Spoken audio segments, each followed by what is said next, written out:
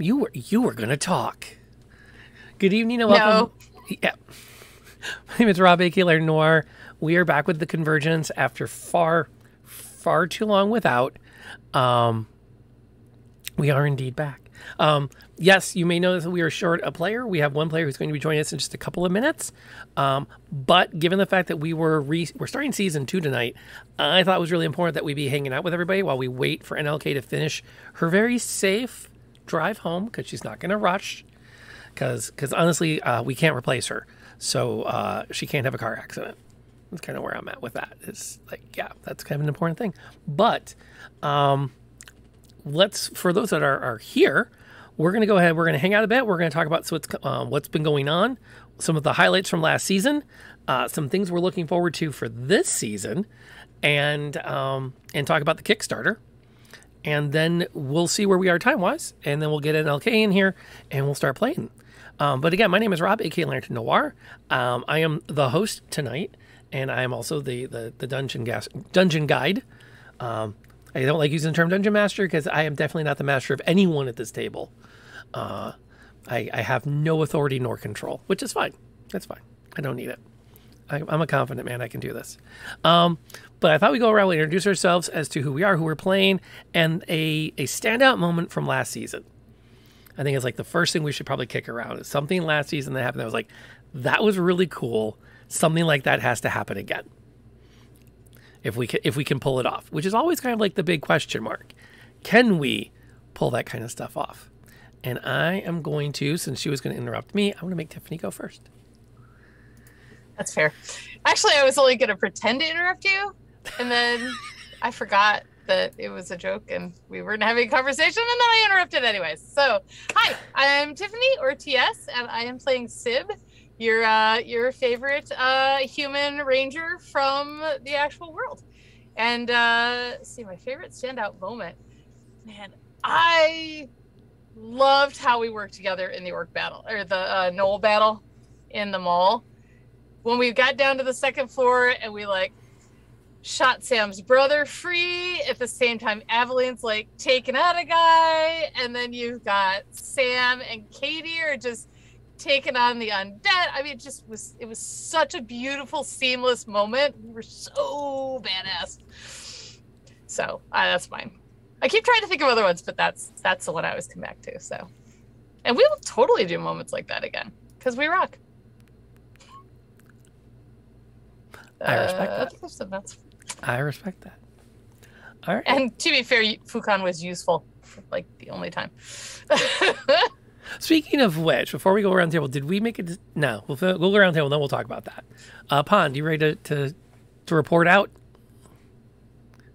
Hi everyone, I'm that other Pond, and I play Aveline, the human fighter. And one of my favorite moments of last season was, I'd have to say, when we were fighting that like plant zombie thing.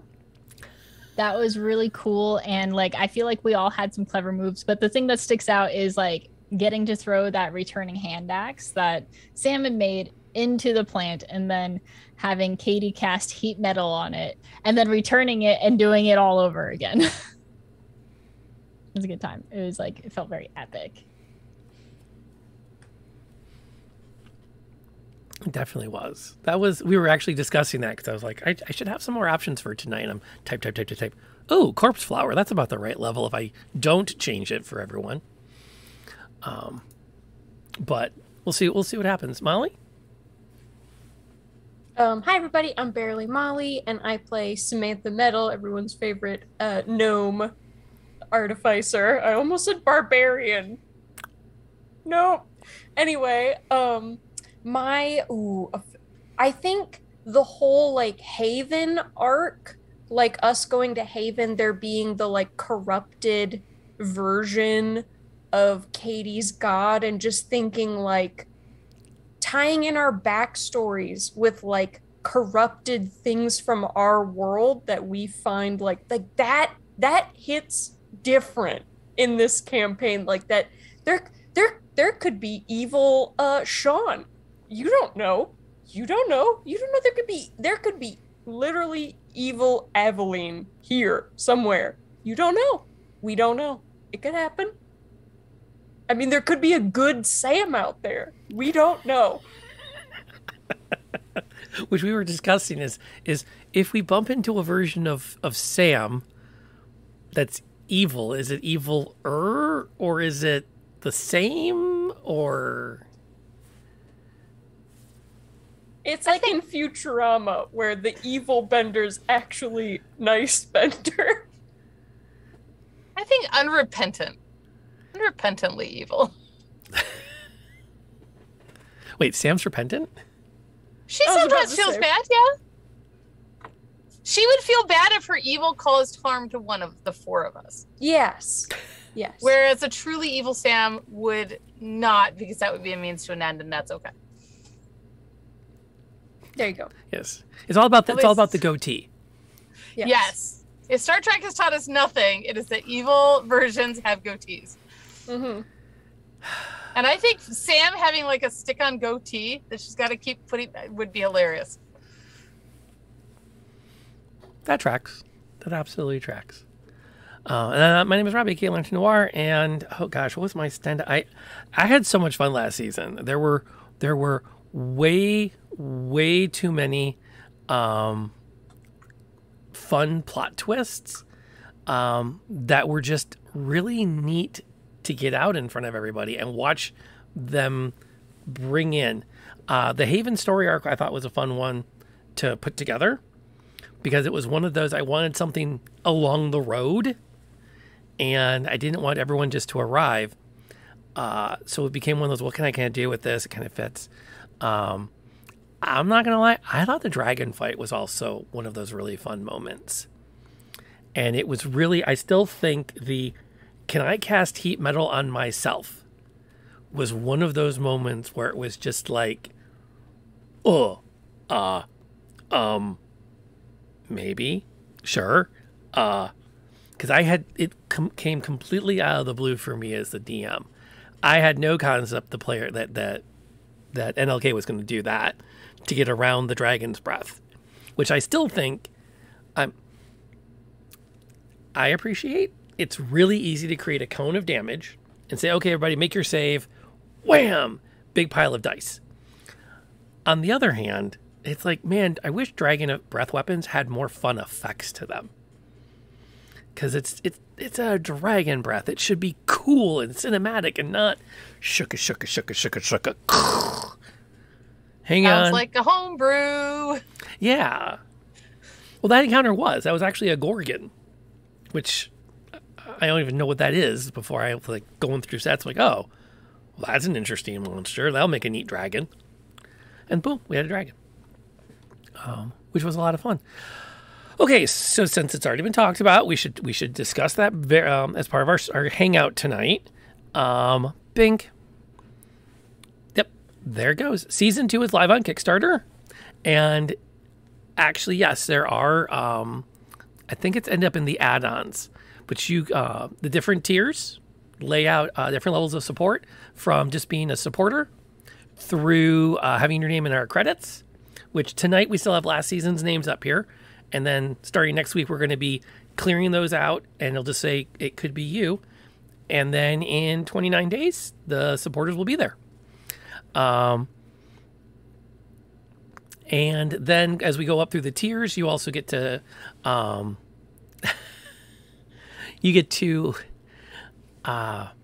have your name as the actual episode sponsor, so we'll shout you out as part of the stream. We talk about you at the beginning, the middle, and the end. It's a great chance for other streamers to become part of our show. And then the very, very top, again, we're repeating you get to help me write a major NPC. I again will hold. Ted was never intended to be the big bad evil guy.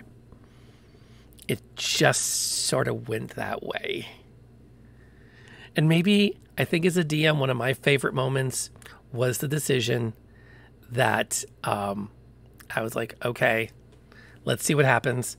And maybe I can redeem him. Maybe we can get a thing. And I felt so bad because true to form, I made the decision about an hour before game time. Nope, Ted's going dark. That's just it. And Molly brings little Sam in to meet with them and goes, well, I think we can make peace now. And I was like, crap. I hope you know what you've created, by the way. I hope you know what you've created, Rob. In what sense? Sam don't trust nobody, no how, no more. Really? Les, I will throw hands. I will fly to you and throw hands. Don't even. I will sit on a plane for that long with this much hate in my heart. Well, see, here's the fun thing. Speaking about the Kickstarter, the Platinum tier gets to design an NPC, and it will not be another Ted. Like I'll tell you that right now, it will not be another Ted. However, there is an add-on that I put in there of bring back an NPC. So any NPC that they interacted with can come back in season 2 for an appearance. What? Wait a second. Okay. Hold the phone. Somebody hop on Discord and tell NLK we're coming. Hold the phone. What just happened? Holy shnikes. You guys. Wait, what? We're past our goal. Heck yeah. Just like that. Heck yeah. I was like, I got a couple of days. awesome. I got a couple of days to come up with some stretch goals.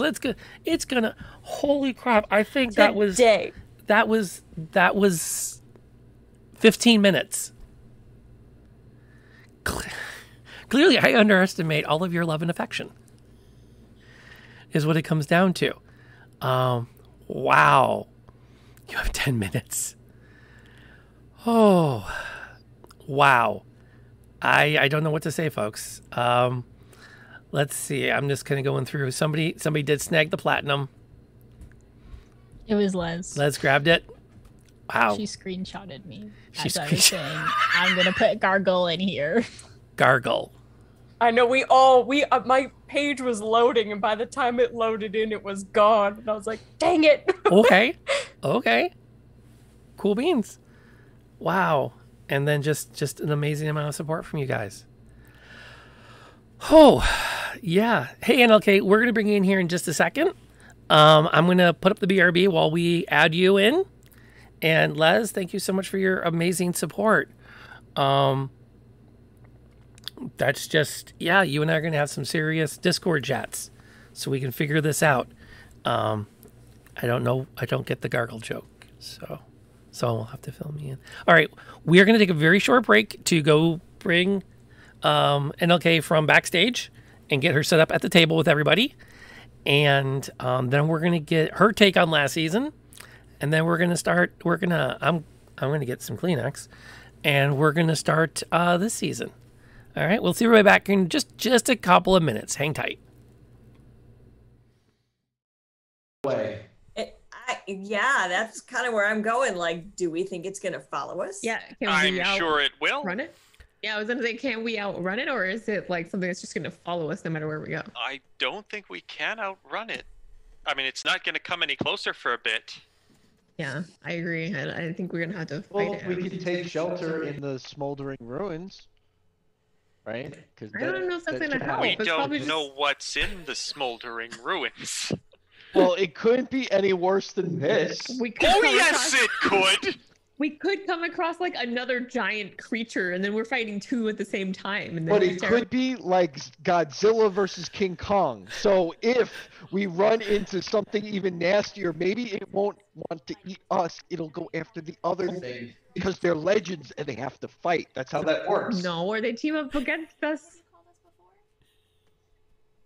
You've had a very fortunate life, haven't you? Yeah. Yes. So we assume this guy is bad.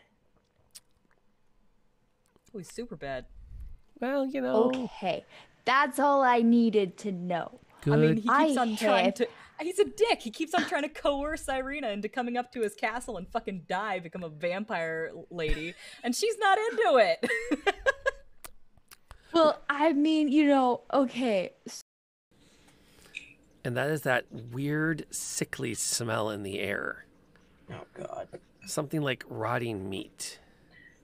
Ew. as we're walking, I'm like starting to like shake it off, and I'm just gonna say under my breath, she's just mad her mom never wanted her home for holidays either. Wow, that's some Gossip Girl shit. Like, wow. Anybody else smell that? It smells like salt.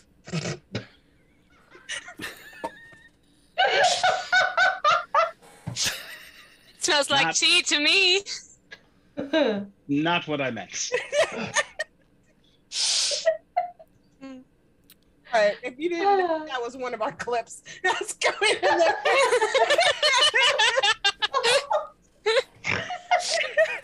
Oh, dearie me. Go ahead and roll me a performance check. Maybe the dice are going to favor you at the moment. Also, are Can't we be an can we- intimidation? I can't like intimidate the rhyme with my music. Okay. No.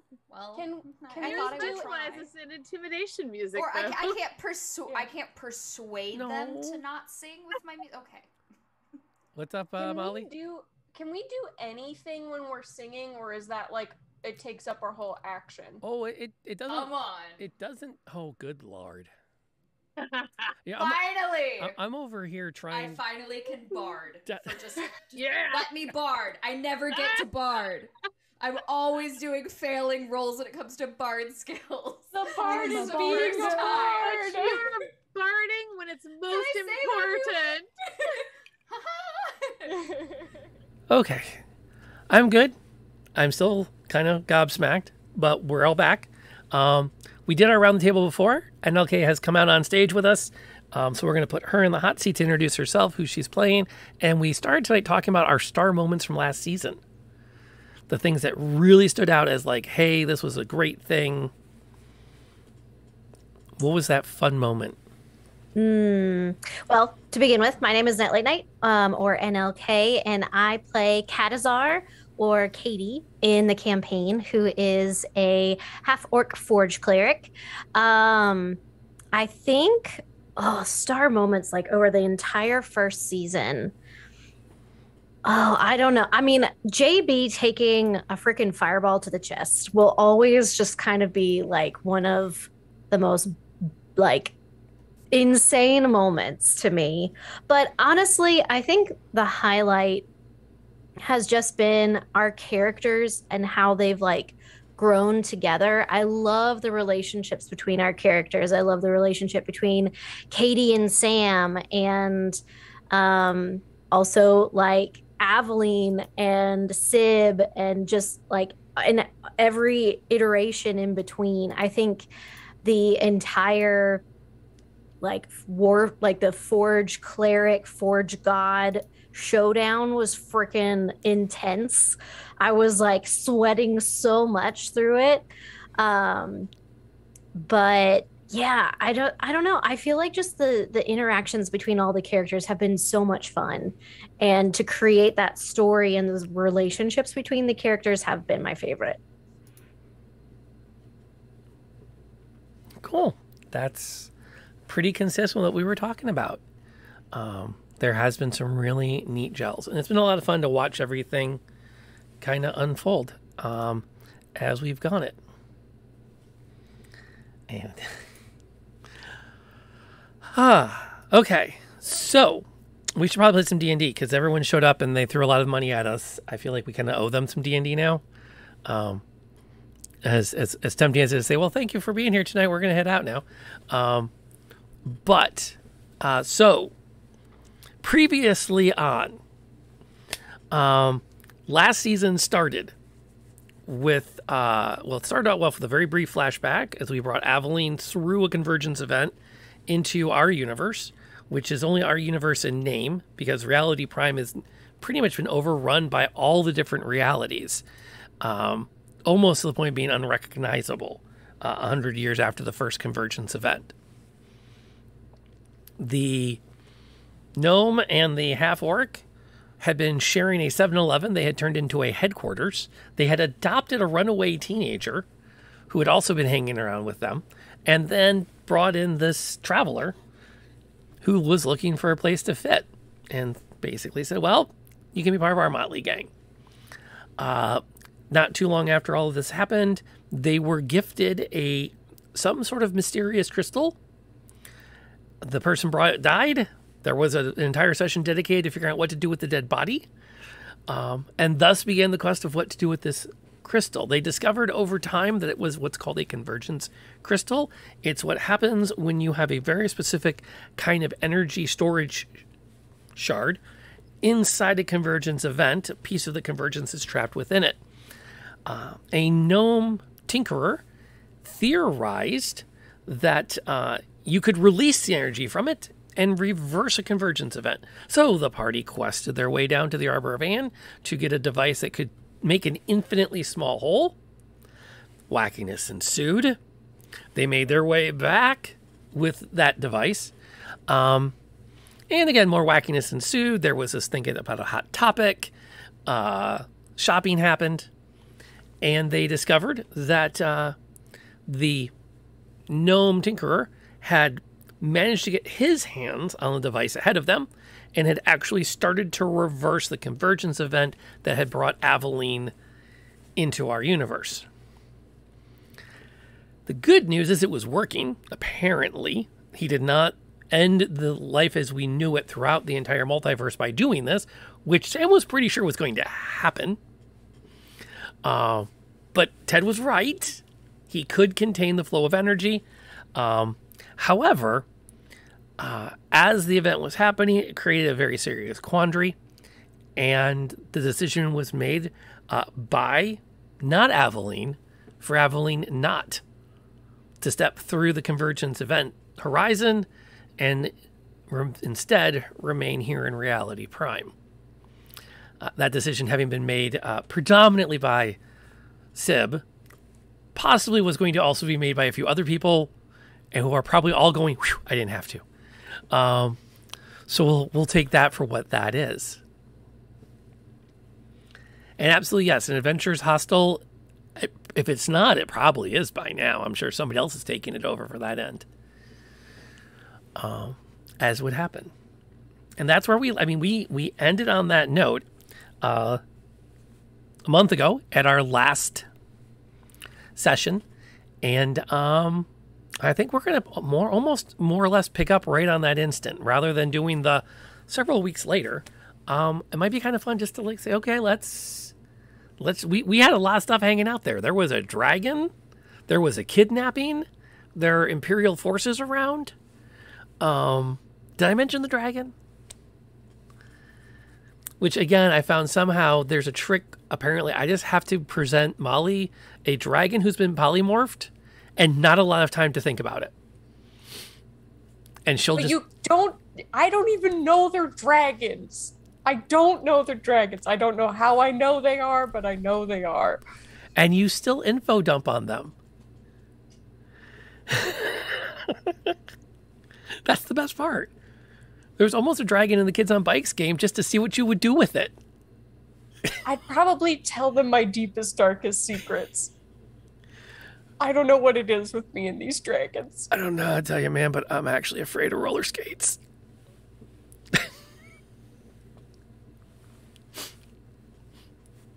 Right?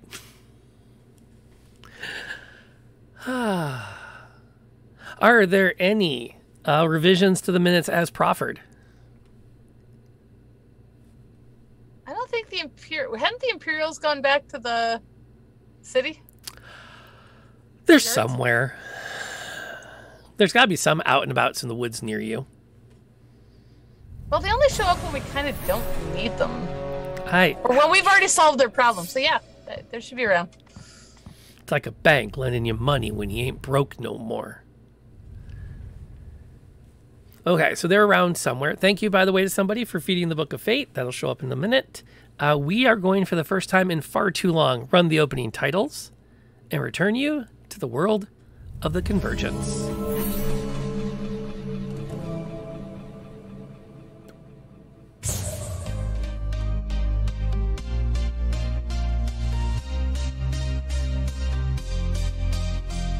We are warriors to the very end. We must stay strong. Together we will win. In the universe there is is darkness. Danger lurks out there. Danger. The evil tries to get us. It's everywhere. We are powerful. Beside you we will stand. We are warriors till the very end.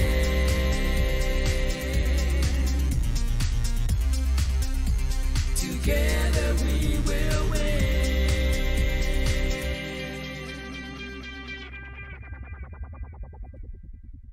The Convergence.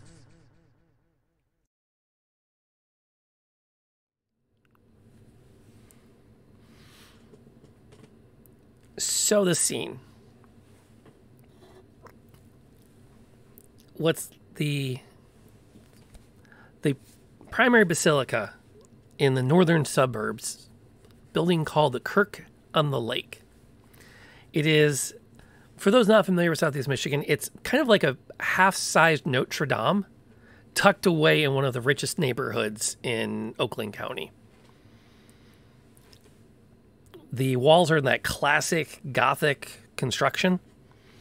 And if you're going to have any kind of religious affair of stature, this is like the where to hold it.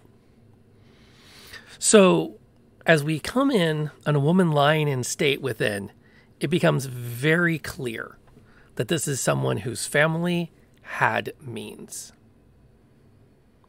The church itself is about 2/3 of the way full and an appropriately somber event. Present are not just the family, but representatives of the Elven Imperial Court.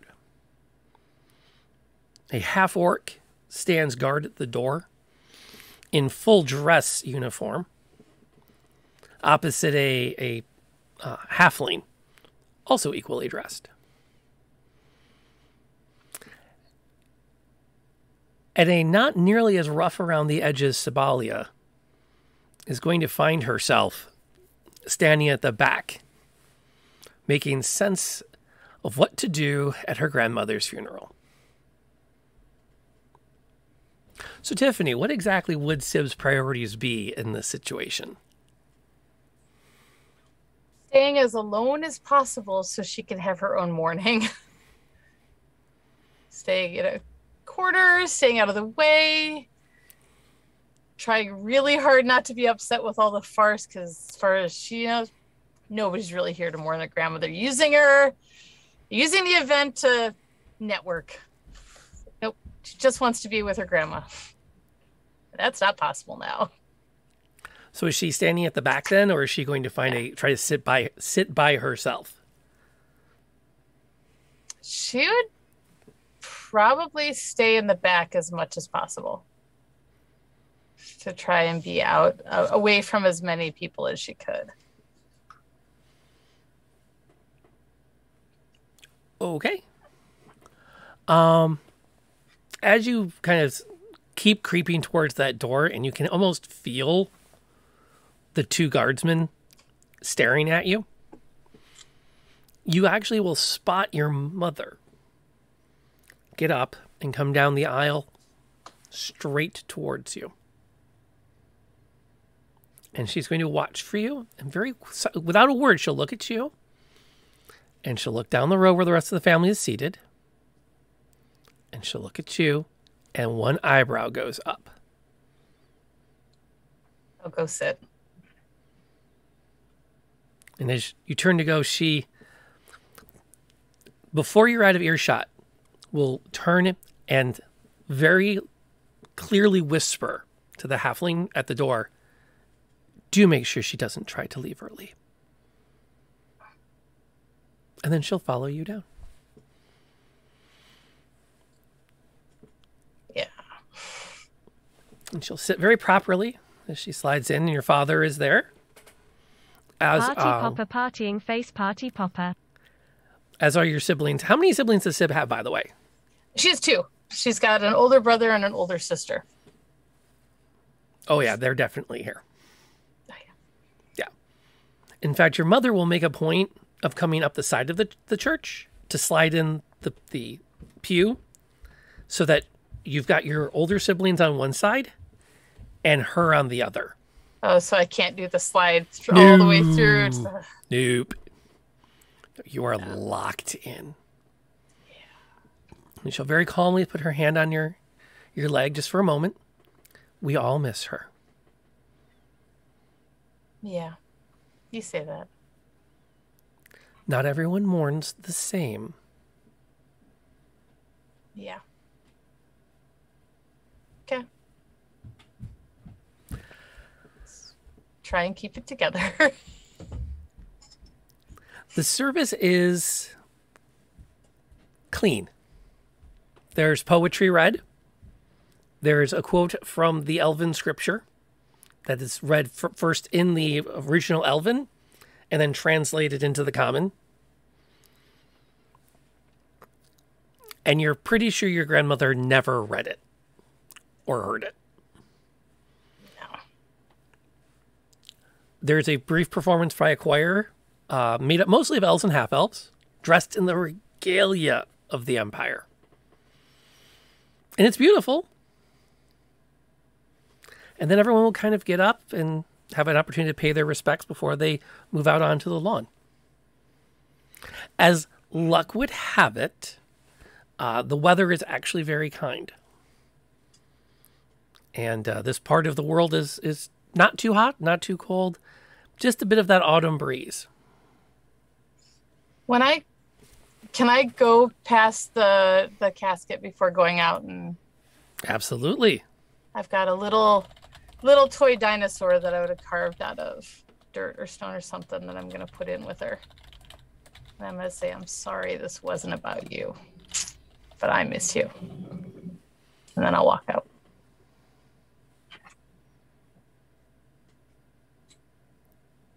Okay.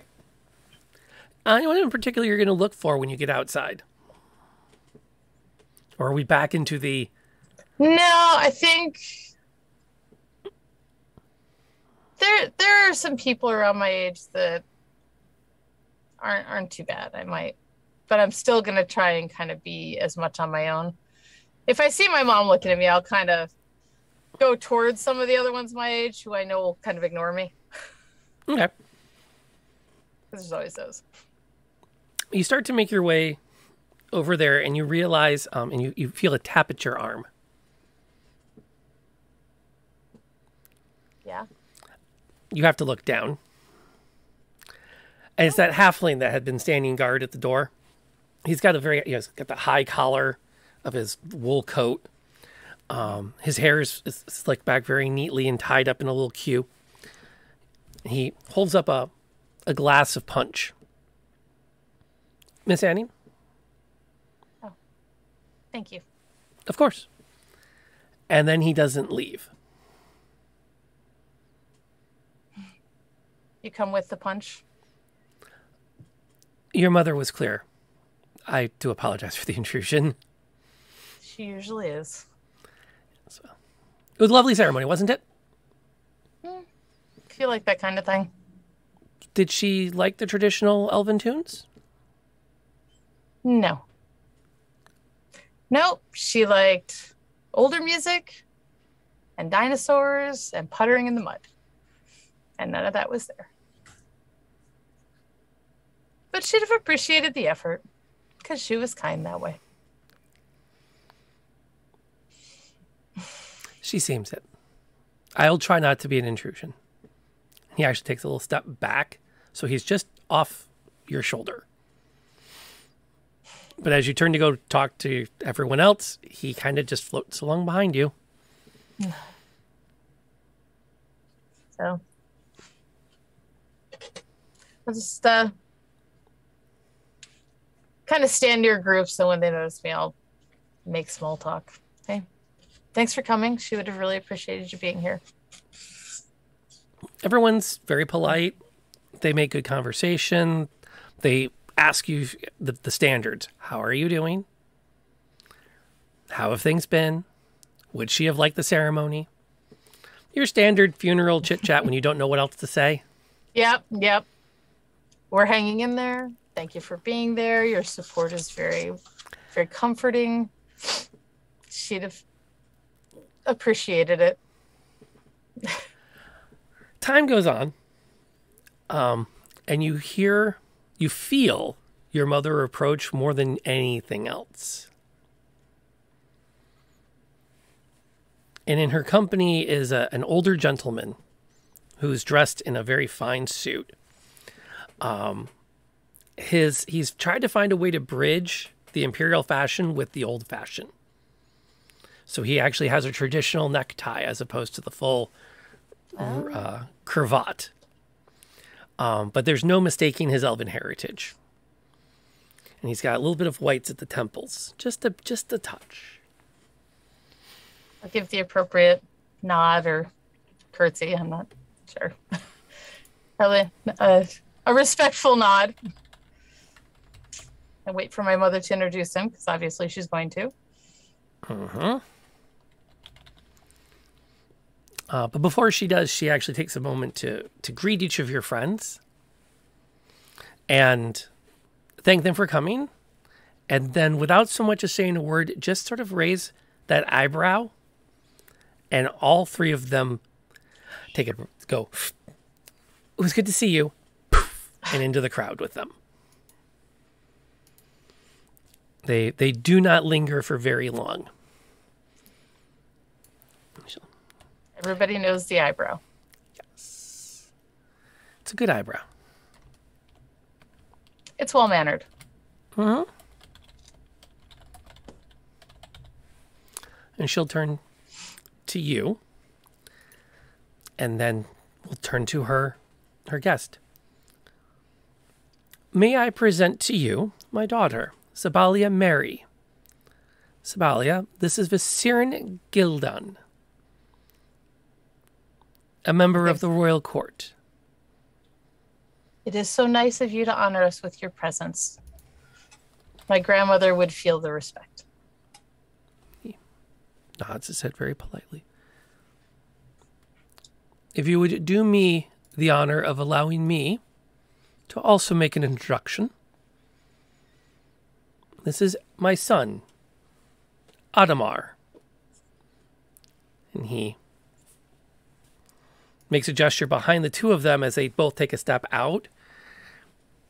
And a young man steps in. By young man, I would estimate his apparent age was around 13.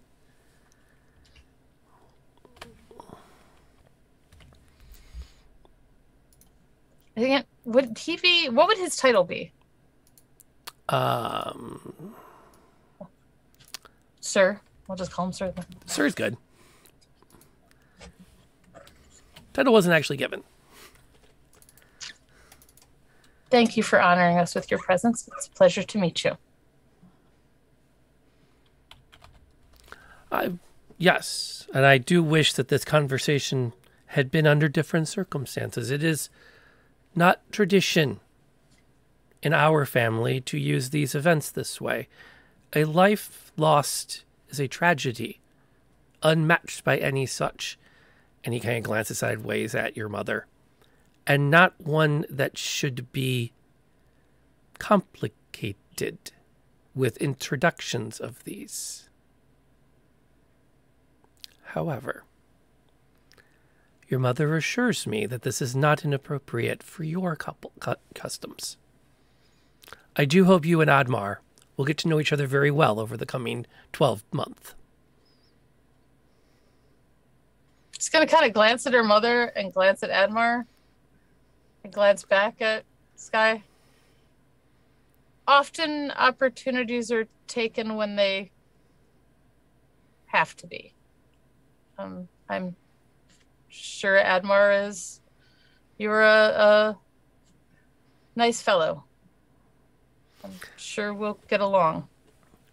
And your mother takes a moment to pull herself up to her full height and smile and goes, "Excellent. We'll leave you two lovebirds to get to know each other." What? Well, you have a 12-month to prepare for the nuptials. They'll be here We've already made the arrangements with the rector. Mother.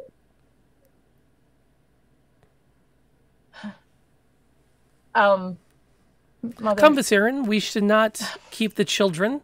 They have a lot of conversation to have. And I do believe that the Duchess is here. We should visit her as well. And she puts her elbow out, and the eyebrow goes up. And he puts his hand up under her elbow, and the two of them glide off, leaving you with a very awkward-looking 14-year-old elf.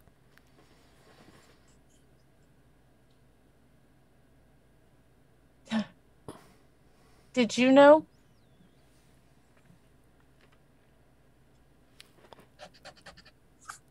Yes. She's just going to turn and leave. And if the halfling tries to stop her, she'll punch him. Oh. Actually, she's not just going to turn to leave. She is going to flee. Like, just leave poor Adamar standing there. Yep. Just, nope. Out. You start to make your way, and you notice that your halfling, I don't like using that phrase, but it's the best one I can come up with in those circumstances, is kind of like keeping up with you. As long as they don't try and stop me. He's got a little bit of a jog going as he's trying to keep up with you, and you are outpacing him. That crazy bit of stride you have on him.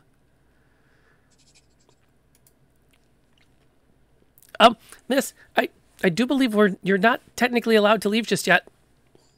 Nope. Is there somewhere you intend to be going? I'm just leaving. I'm not going to talk to him. Doesn't matter. Just out. Ma'am, please, could you... orders. I'm under orders. Please, slow down just so you can tell me what you're doing. Please. I don't want to get court-martialed. I've got 7 kids. My heart's not that great. Please slow your stride. So we're outside, right? Oh, yeah.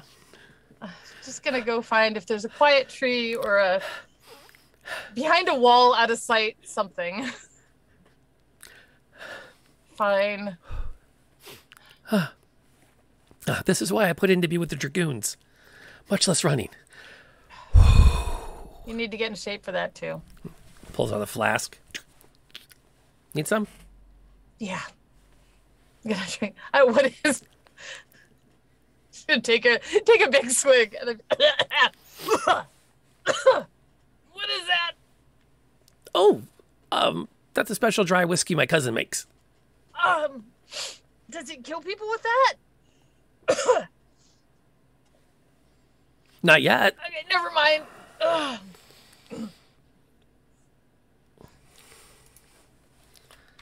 Sorry you were part of that. I just need to report where you've gone. Yeah. Are you leaving? They only need to know where I am in 12 months. Am I allowed to? I can't stop you, as we've established.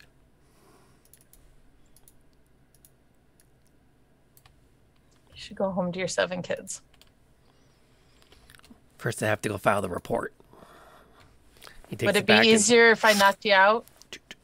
Oh, no. Everyone knows I can't run worth a damn. Can I hit you anyways?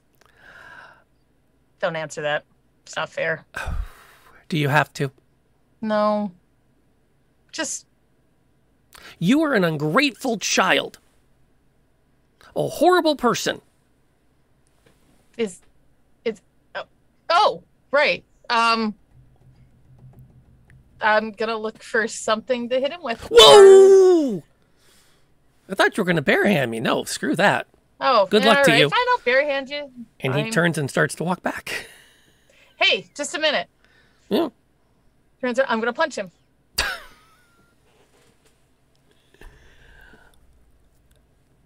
Thanks. You're right. That was helpful. As your fist connects, there's a flash.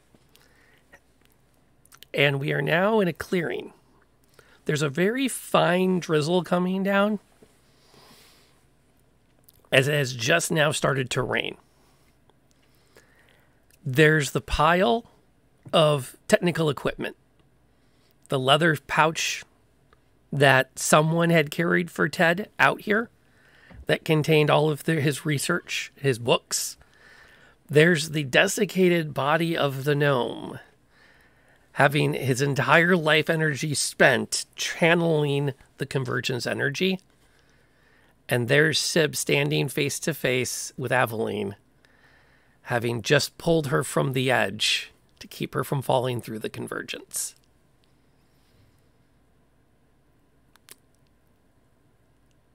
I'm so sorry. Aveline gets up and reaches for her, but past her, to grab the hand axe that she had gifted Syb. And if it's easier, you can hit me. Sometimes that helps.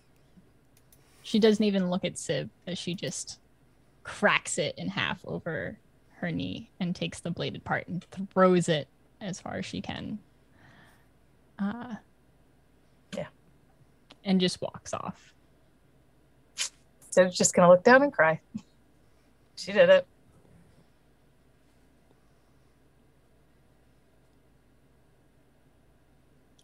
Katie will come up to Syb and put a hand on her shoulder.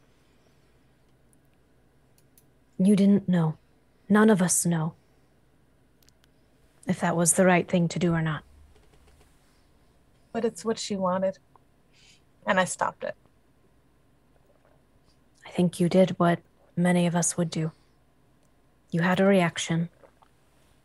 But was it the right thing? I mean, it doesn't matter. It's done, but... It is done. How do you forgive that? Time. Time and asking for forgiveness. She is your friend. She's my family.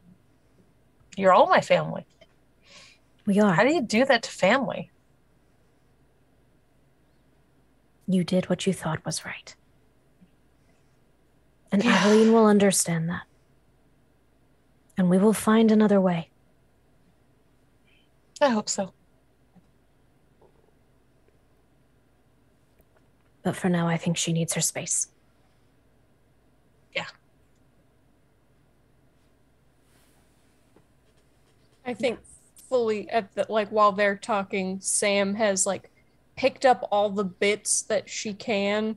She's not really processing what just happened because seconds before, if I remember correctly, I had a lot of my life also like zapped. I have like white in my hair now. I'm a little bit older. Like I went through years of my life in the span of a couple of seconds, and I think that all of that is like, it's kind of like a shock thing. Like I'm picking up pieces. I've grabbed like the axe that Aveline has thrown away. Like it's kind of just like panic grabbing things around me. And then I'm just gonna look up at Aveline, wait up! I'm a lot older now. I don't know if I can run as fast. And I'm just like running with my arms full, but also just like there are tears welling up as I'm like fully hitting shock. Like shock is starting to hit me now that this could have gone so differently and so bad. And I probably almost died. Aveline does stop when she hears Sam, turns and makes sure that Syb is not there as well. Sorry, Syb. And just like sees that panic and like her arms full and stuff, and just very slowly just walks over to her and starts like taking the stuff and putting it in a bag and just being like, tell me what's going on. I know I told JB and I know you're upset, but and I'm holding the other end of the Batman walkie-talkie and kind of shaking, and also just huge full tears just streaming, and it's on with her, it's on the other side. Immediately. I'm handing you the Batman walkie-talkie. She's immediately snatching it, unsure how anything like this works, and it's just like the yellow it, button. It only works once a day, so make it count. It just fell on the other side, so I don't even know if anyone has it, but I will be sending out a message on this every day until we hear something. Do you think something could come back? It should work interdimensionally through planes. I'm very good at science. I think it could work. And if this side wasn't destroyed, that means the other side wasn't destroyed, which means the things that went through didn't get destroyed. And Aveline, still holding on to the walkie-talkie, just grabs Sam and just hugs her, like, probably a little too tightly, like lifting her up off the ground. And just, you are good at science. Thank you. Thank you. I won't stop trying to get you back. I just needed to make sure that you would be safe first. I get it. I am pissed. I'm so... I don't know if that was the only chance. And I would have died if it would have been worth it trying. That's all I can say. That's not gonna help anybody. Aveline dead. Who's that gonna help? Nobody. You hear a very loud beep behind you.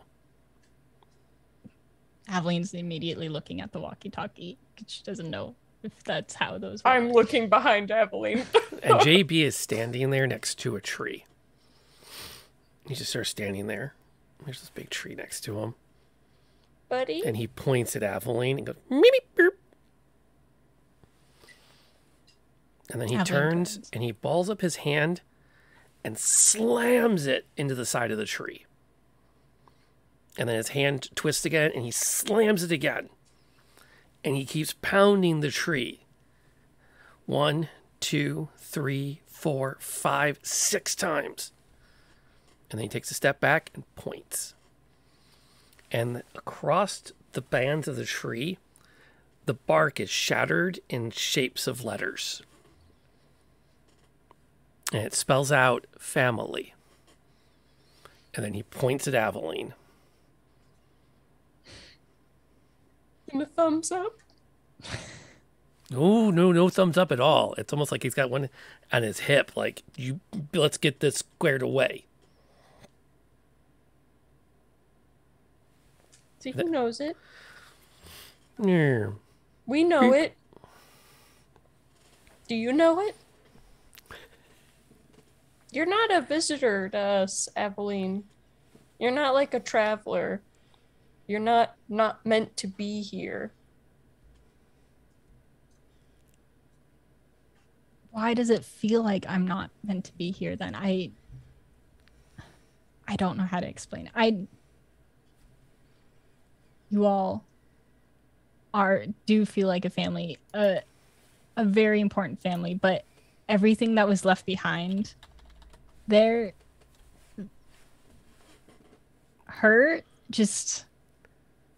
that's like my soul. You're my family, but my soul is missing. And JB, I can be fucking pissed at family. Yeah. It's okay to be mad, and it's okay to not like the situation. And like I said, I'm never gonna stop until we get you home. But then I'm gonna figure out how to travel to you. I'm gonna be around for Sunday dinners. You're gonna be around for the metal holidays, and I hope you bring her with you. I absolutely will, but she'll hate it. It'd be fun. All the better. We all hate it. I'm not gonna lie, all 19 of us hate every family event. It's a nightmare. But we're family. Yeah, I like that. I like to think about that. So don't not be mad, but also don't give up on us. Because I haven't stopped. I'm going to keep trying. I believe that. And I'll do my best. I might need a little time. And honestly, if I look at Syb, I'm going to punch her nose in, and I don't want to do that. Maybe we take a lap. Lap. Yeah, I just I get it. I get it, but also I don't know if she gets it. But yeah, lap is good.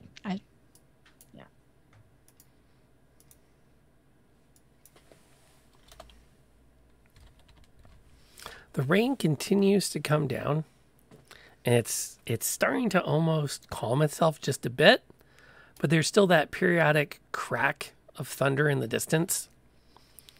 It sounds like it's beginning to encroach on you.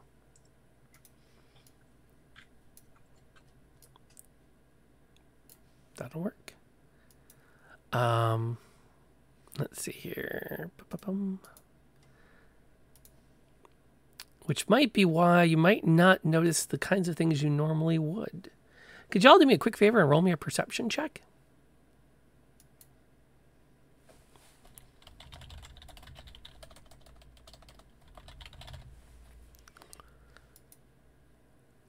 Wow. Dirty 20! Okay, so none of you are surprised. Holy shnikes. So let me get season 2. Let me get this straight. Y'all are like emotionally beat to hell, yet you still notice the group sneaking up on you. Dude, we are so high on adrenaline still. I am so much like older and animal wiser right now, Rob. What are you talking about? And let's face it, anything to distract from this much emotion is also good. True. That's fair. I wasn't prepared for that. We need to use the Book of Fate to roll lower, so that's where you want us to be. No. Where did I just... There it is. Okay. Put that out there. Yep. Perfect. So there you guys all are. We were all using D12s last session. Yeah, quite possibly they did. But we'll have to see what happens. You can definitely spot coming up through the trees.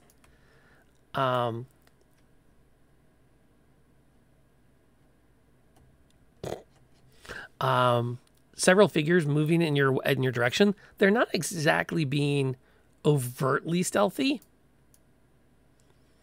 but they definitely are coming your way. How would you like to deal with that? Do we see any sort of uniform, or like what are they wearing? Are they on celestial horses? They're not on celestial horses. They're moving on foot. Okay. They are. We have awesome. Well, there's that too. To be fair, though, they were not making an effort at being stealthy, because they have come to wreak havoc. There are several figures in particular. Checking my notes. 1, 2, 3, 8.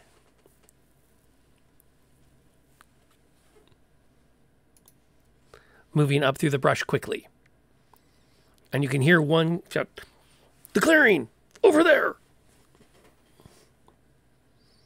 I want that thing's head!" So we can't see them, but we can hear them? Is that what I'm getting? Like we can't see any sort of distinguishable marks or... Clothing. Human-sized. Okay. I'll give you that. They're not dressed in anything in particular, like uniform-based. But more like furs and leathers.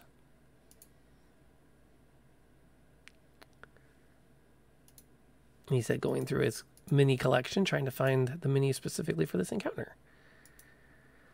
I'm sorry, whose head did they say they wanted? That thing's head. Okay. That would JB, run. be... That would be the case. So let me... Boom, boom, boom, boom, boom. Put those out there. And then there's him. And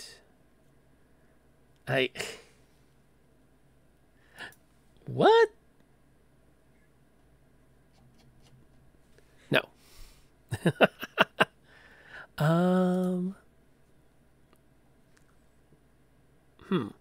You said there were 8, right? There were. I'm double checking to make sure I have the right minis.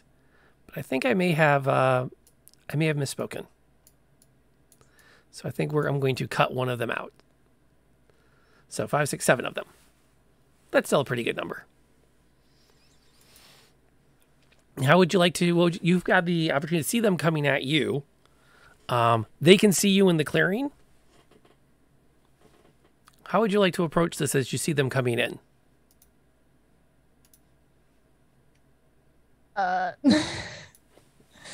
Do they It's a bad see time, us, or are they going after, like, because we're 2 split up groups, so who are they seem to seem?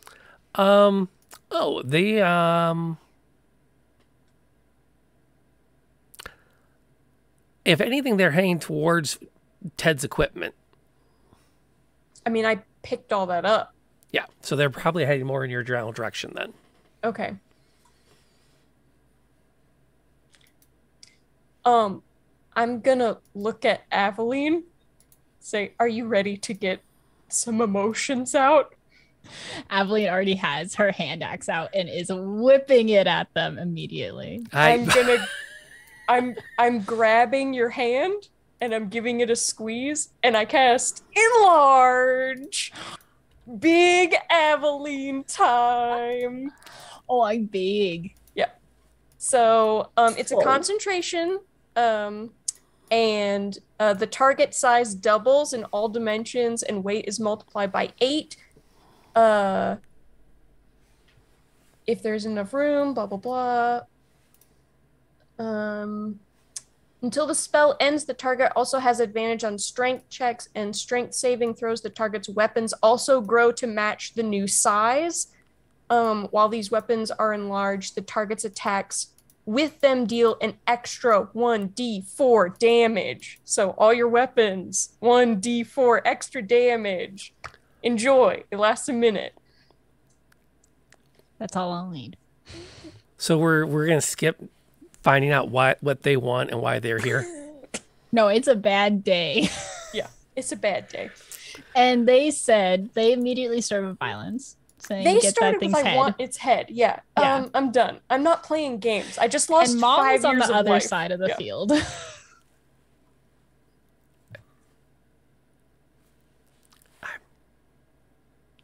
Okay, so that page and a half of exposition I wrote. What, Molly, what do you have against me and exposition? Listen, if you had made them dragons, this would be a different story, Rob. Okay? Oh, so we're So that's on you. we're just doubling Aveline's token now, so that's out of the way. Is that the plan? Yeah, I already did that. She is ready for this. Yeah. I had been wanting to use this since we hit level 5.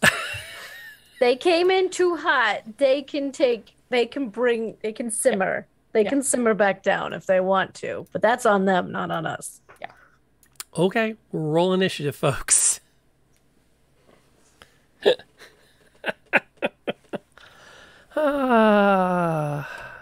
Also feels like a great time to let everybody know that this is a good chance to grab a pack of Streamloots cards to be part of the combat. or anything else, because there's lots of good opportunities to use the cards throughout the game. Okay. I should have one more token, and I wish I had some idea where it ended up. But that's okay. It's not that important. Aveline. Behind a tree. It'll turn up when you need it. Fukan. Oh, I forgot about Fukan. Let's see here. Fukan is... There's Fukan. Bink. Locker room hype music. Yeah, that's legit. That's legit. Let's see. Katie comes in at 14. Sam at 15. And Syb 18. JB got a 5. Although JB is always going to go after Sam. Steel defenders and all that stuff. Yoink. So what would Fukan like to do as he kicks this off? I have a dumb question. Try me. How did I come in at 18? Aren't I 14? Or did I do something weird? I misread. I'll fix. Oh, my other one was 18. Because I put your perception in. Okay. I mean, not that I won't take it, but it just like, wait, is my system screwed up? Okay, thank you. Sorry. Also, No could problems. you share the initiative tracker with us? I would love to share that with you. Thank you. I got your back.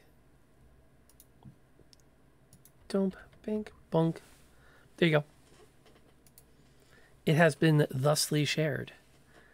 And then I'm going to refresh. Oh, that's why, because I dragged them down. Okay, so the first 3 guys are going to come charging in. And they literally are 1, 2, 4. So 1, 2, and 4. Who's going to actually head that direction. And that takes us to Aveline. Hello. I'm stomping on over here. And yeah, I'm going to Great Sword. I'm going to say number 2. With a 24 to hit. Jeez. Wow. And that is 13 damage plus a d4 plus 3, so 16 damage.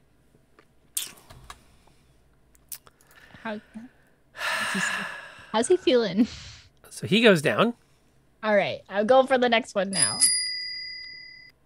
Outer Door gives an action surge to Avalyn. That's a 16 to hit. 16 will hit. Roll your damage. Heck yeah. Also, well, yeah, resolve that. 9, and then your D4. And my D4 is, so that's 10 total. Sealand Mortar 101 shouts. There's another one. Okay. So that would be on number 1 is beat up pretty good. Okay. There is a 6th one that you did not spot until a second ago. You can thank Sealand for that. No worries. Because he thought it would be fun if we added one more to that. Why did I have to... And I bloody just put the tokens away. That's the problem. Okay. Meanwhile, you get to go again. Yay. Thank you. Because Outer Door also threw you an action surge. I saw that. Thank you very much. Apparently they want to see you mow through all of these. Jeez, criminies. 21 to hit. That's 11 damage plus another 1. So that'd be 12 damage. Polymorph wants you to use a better die. All right. And can I reach for the rest of my movement? That's 35 feet. I think my movement stays the same even though I'm bigger, right? Yes. I didn't hear anything in that cavalcade of information that gives you a bonus move.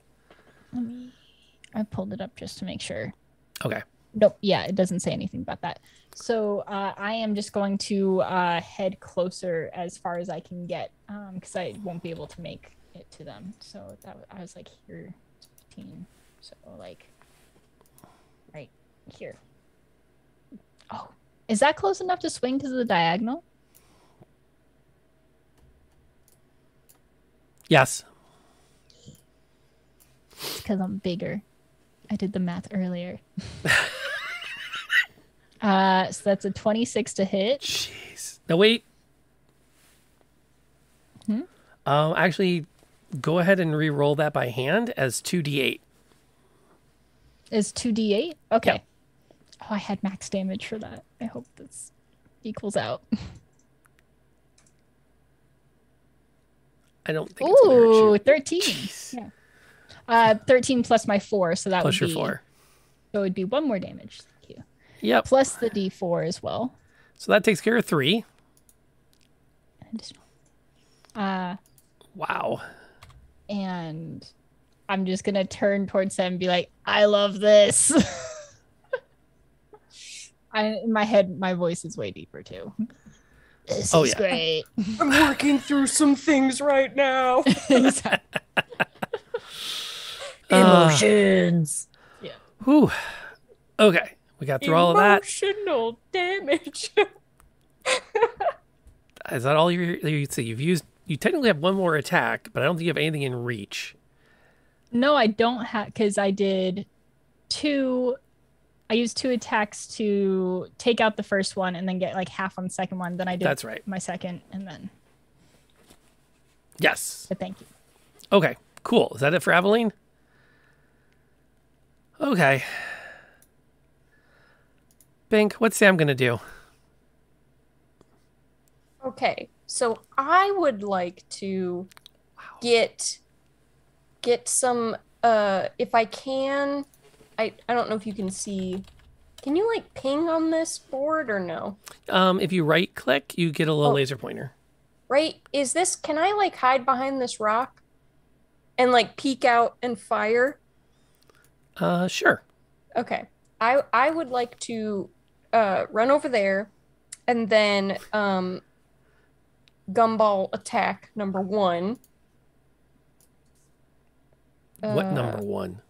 Oh, I mean that's my first hit. I would like to hit the fellow without a number, whoever's one of these main guys, because I have 100-foot range, so I wanted to hit that first guy.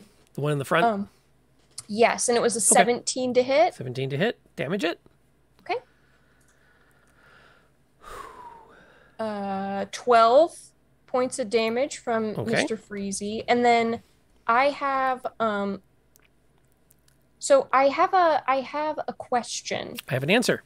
I have an extra attack which says I can attack twice, but then with my feat of crossbow expert, it says that I can when you take an attack action, you can use a one-handed weapon as a bonus action. Does that mean that I can do my extra attack and my crossbow? So can I Mr. Freezy twice and then gumball arm once?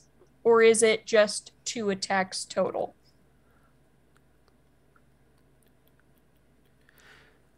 Is Mr. Freezy a spell or an attack?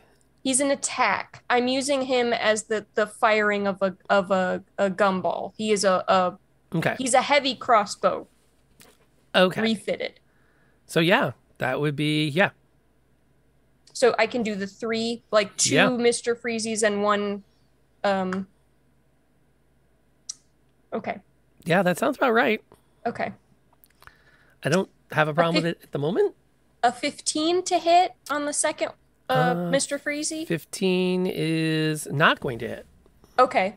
Then I will say, dang it, because I assume that my gumball machine has jammed, and I will, my hand is only 30-foot range. I don't think I'm in range of anybody.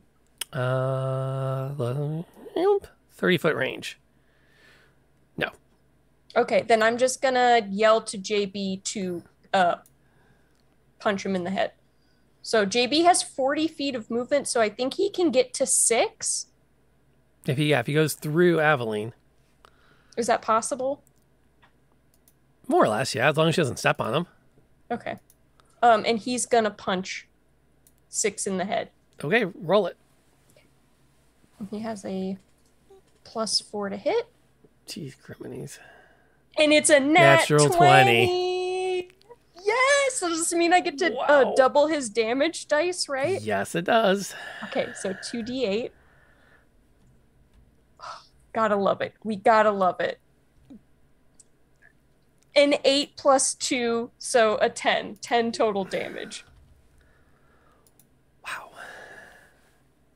80 cents! 80 cents is for fools, young lady. Indeed. Indeed. Is that it for Sam? Yes, I'm just... Yes. Get him, Aveline! So, you've heard them come charging in. You've seen Avalyn Hulk and go charging at them. Syb, what's happening? Can I take another look? Can I identify these people? Have we come across them? Are they bad guys? I just want to take another look to see if I can... Anything makes sense. You have not seen... You do not recognize anything about these individuals at the moment. Okay, I'm going to pull the longbow out then. And I'm going to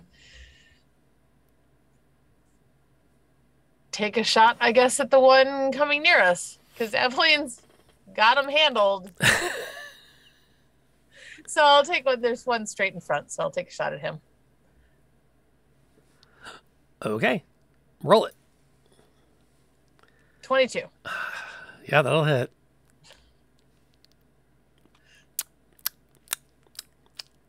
Apparently y'all ain't rusty. 8 damage. I totally forgot to put Hunter's Mark on, so... We're a little sidetracked. I can't believe I just did that. Yeah. Okay. That will not finish him off. No. But it will shake him up. He'll break his stride. Oh, I get 2 attacks, so Yes, you I do. can take another shot. 23. Damage. 10. That will finish him off. And I think I'll move a little closer, I suppose. Wow. You guys are sort of like just ripping through. Apparently, we didn't know therapy would show up this quickly.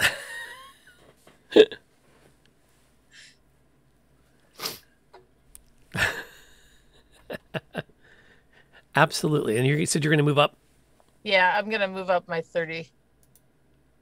Yeah. Okay. Reasonable. Thinking. Katie. Yes. Lord. All right. Are you trying to figure out how to be the voice of reason? Because that ship might have sailed. I know. The nice thing is, I can't do anything from far away. So I think I'll move my 30 feet kind of in line with Syb. And so kind of get like right here. And then just call out, it might be best if you state your intentions before this gets any worse. And that's gonna be where I end my turn because I got nothing. Just like, I mean, I understand, but Lord.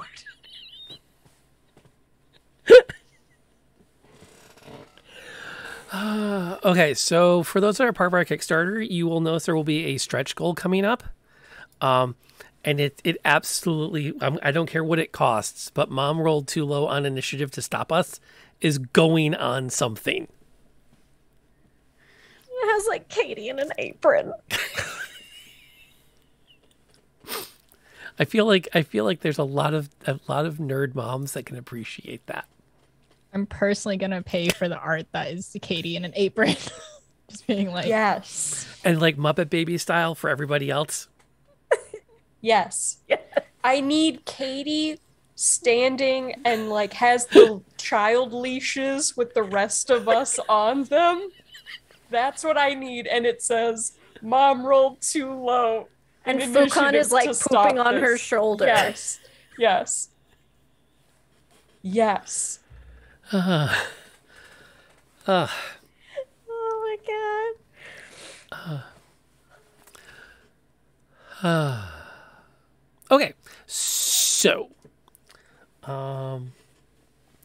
yeah, well, we're gonna do what we can under the circumstances here. Let's see. She doesn't have a lot of room, but she's definitely feeling a little bit outclassed. So she is gonna take a step back. And yeah, under the circumstances, she's gonna take her shots at the big scary thing. Because she can. Okay. Both arrows are going to hit. And both of them are going into Aveline. Can I defend? Oh, they're arrows. Never mind. Does that not? I can't deflect attack. You can impose disadvantage, I believe. On one, I can do it on one as a believe you reaction can. for Yeah. JB. Yep, I'll re-roll it. Okay. It didn't change the outcome, but it was a good effort. He's like trying to shield your knee. Yeah. So Avalyn only takes 10 damage from the 2 arrows, though. So that's not so bad. The Brute's not going to go down without a fight. Big Aveline wants to be part of this. Fine. He's not intimidated. So he's going to get in there. He's going to roar. So he pops off his battle cry. And he takes 2 swings with his axe. Is there anything I need to know before I roll those?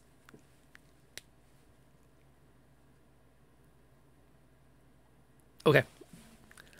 Y'all like to interrupt me when things are happening. So I want to make sure I don't, like, you know. Anyone who wants to... my reaction. Okay.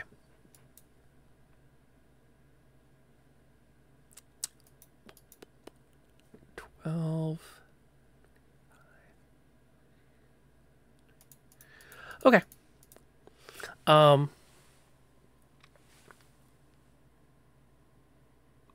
Okay.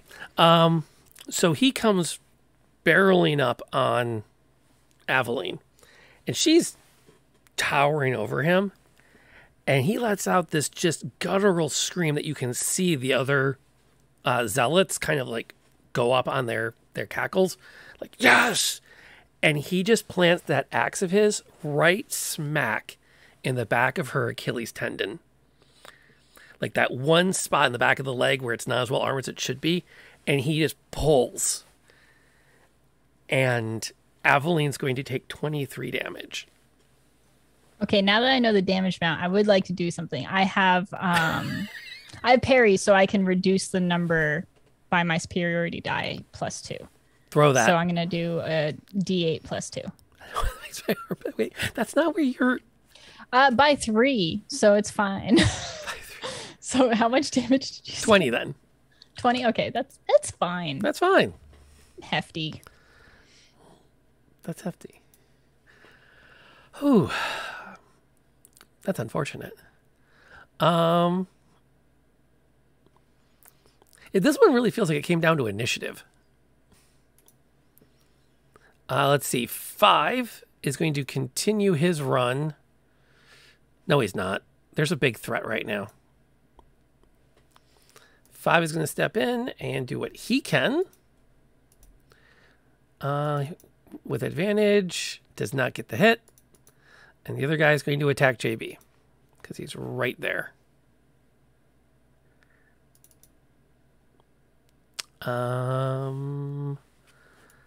Ooh.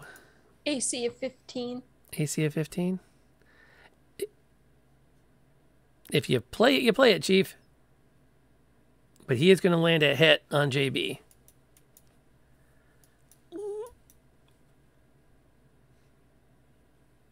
And JB is going to take 20. He's still up, but good.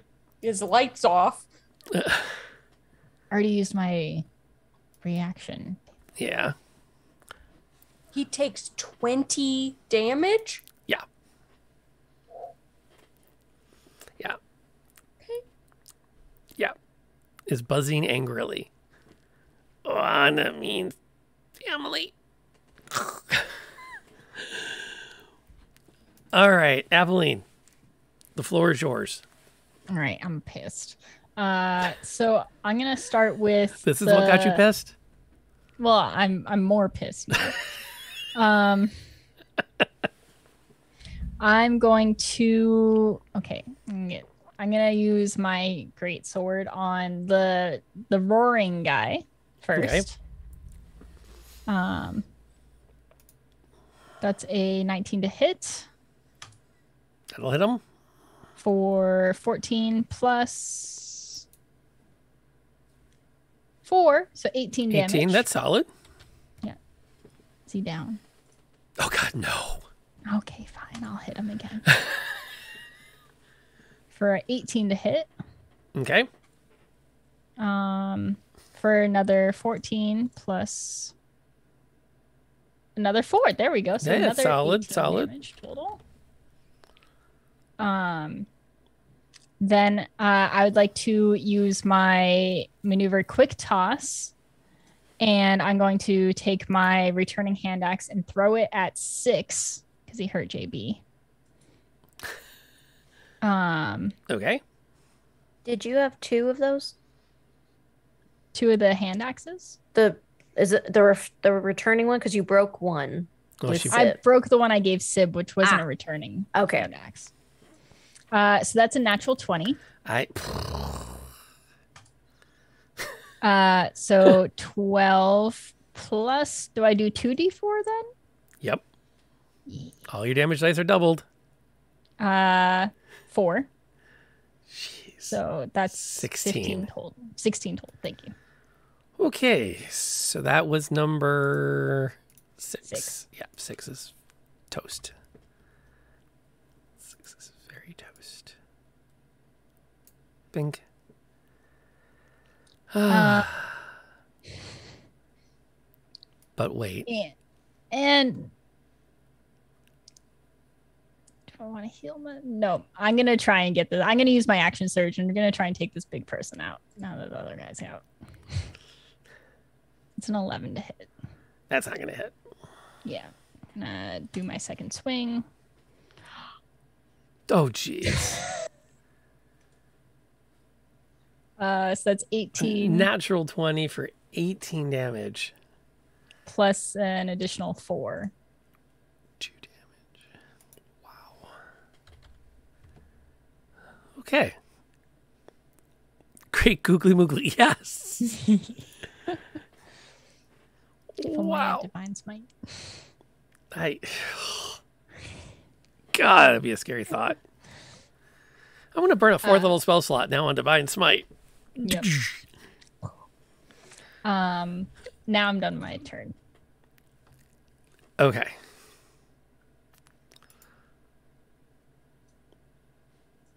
Ukon is going to do a buzz around these guys and assist Aveline. Okay, because Avalyn needs advantage? Well, that's the only time he's usually really useful. I mean, he can actually do a claw attack on this, number 5, and then the next round he can help Aveline. Okay. Oh, he hit. Woohoo! For 7. Oh, nice. So he did something. Yay. Bing. Okay. JB's up. Actually, Sam's up. Why does JB keep sliding ahead of Sam on the initiative tracker? Because he's the protagonist. The We've already gone through guess. this. It's his story. Sam's up. Okay. So I'm just gonna I'm gonna keep on doing what I'm doing. The brute is the one that's in combat with Aveline, correct? Yes, Aveline has the brute and a zealot with her. The archer is holding back. Okay, I'm gonna actually move focus to the archer, and I'm gonna hit him with all 3 of my attacks. And scream, "JB, go!" So you're gonna run up over there? Yes. No. I have 100 feet of. For your first 2. Remember the. Yeah. If I can get within 30 feet of the archer, that would be swell. Yep. You totally can. You would kind be of like here-ish, right like there. maybe kind of half cover the stump. Yeah. Sure. That'd be great. And I will hit him with 2 Mr. Freezies. Okay. Which is a 21 to hit on the first. Jeez. Ooh, beautiful 12 points of damage on that first one. Yeah, if J. Pops in, don't tell him how this fight is going for you guys, because I think he will cry. A 14 on the second. My second Mr. Freezies aren't great, so I don't think that hits. Yeah. And then the bubblegum hand.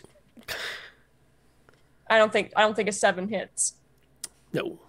Okay, so just the 12 damage from me, and then JB, however, is going to use his action to fully run and force-empowered rend this archer in the face, which is a +6 to hit.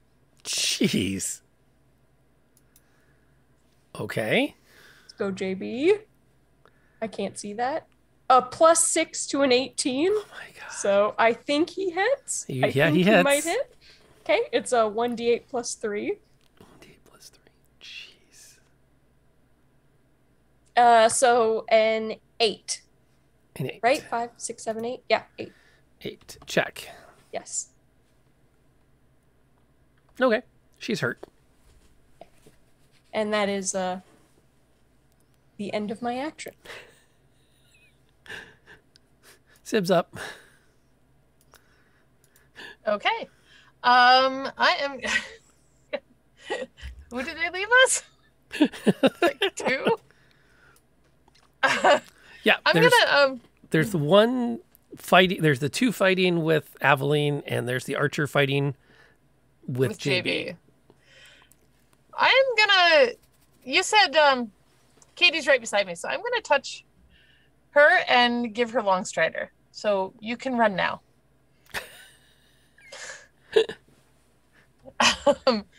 And then Davey's got that. I'm gonna shoot this one, I guess. I'm gonna. What number is that? Actually, that would be your whole action. Oh, right. Okay. I will do that. Unfortunately, if that's what you want to do. Yeah, I do. Okay. Everybody's kind of engaged, but Katie can't get there. So Katie now has a significantly longer, has an extra 10 feet. An extra 10? Okay. Extra 10.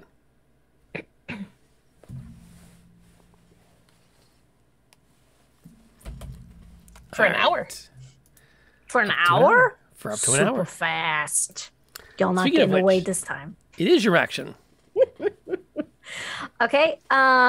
So with that then, hold on. Give me a second. I need to get my story straight. Sorry. Okay. You're good. I'm going to move 5, 10, 15, 20, 25, 30. I still can't make it to Avalyn. I can get close though.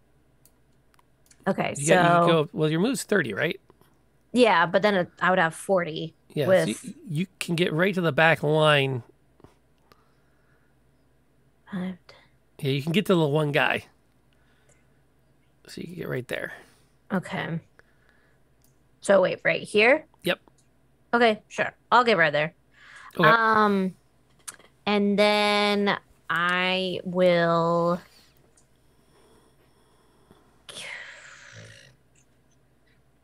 so many things that I could do.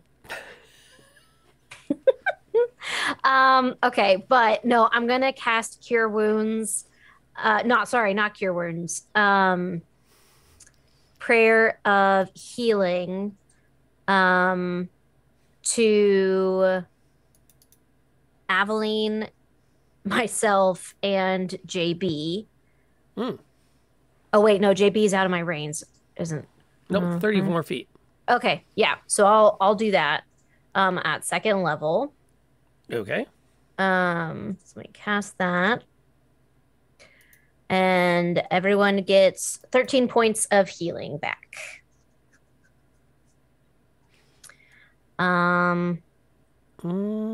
Wait a sec. Prayer of Healing is not a combat spell. It takes 10 minutes to cast. Oh, is it not? Oh, sorry, did not know that. Okay, That's okay. I was going down like, is this a bonus action or regular yeah, action? I looked at that too. 10 and I was minutes. Like, and I'm like, yeah. ooh. Okay, never mind. Rewind. Didn't do that. Well, you could start. No. That is unhelpful for everybody. Okay. When will it be finished? 10 minutes. Spell's going to be over 2. Right. Okay. So in that case, then Katie has some feelings as well that need to be taken out. So she's going to go to number 5 and whack him with her Maul of Terror. So hopefully. But she's not, because she doesn't know how she feels about hitting people that she doesn't even know what's going on. So that's a 4. So totally whiffs. Really? Oh, yeah. Yeah. Wow. Yeah.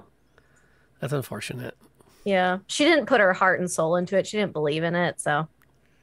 That's fair. There's a lot of baggage. I mean, not baggage. It's just like these poor people just came upon our group at a bad time. So I get it, but they're also not running away. So fair. Fair. All right, that's it for Katie? Yes. Okay.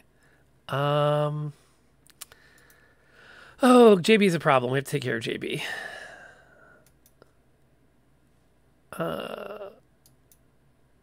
Yep. JB's going to get hit with both of her attacks as she switches to a short sword for 8 and 9 damage each. JB is down. Okay.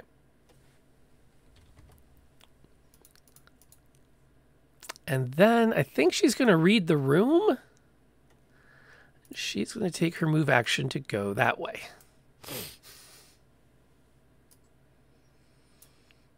That feels like the smart thing to do. Yeah, that's her plan. The brute, however, does not have that sense of discretion, being the better part of valor. Is going to continue to try to bring down this massive thing. And we'll hit once. We'll hit twice. Nope, just once. And is going to do 10 damage.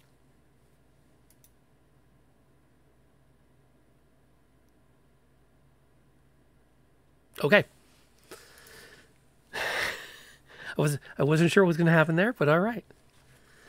And then 5 is going to defend himself against the incoming attack. And he is going to hit Katie for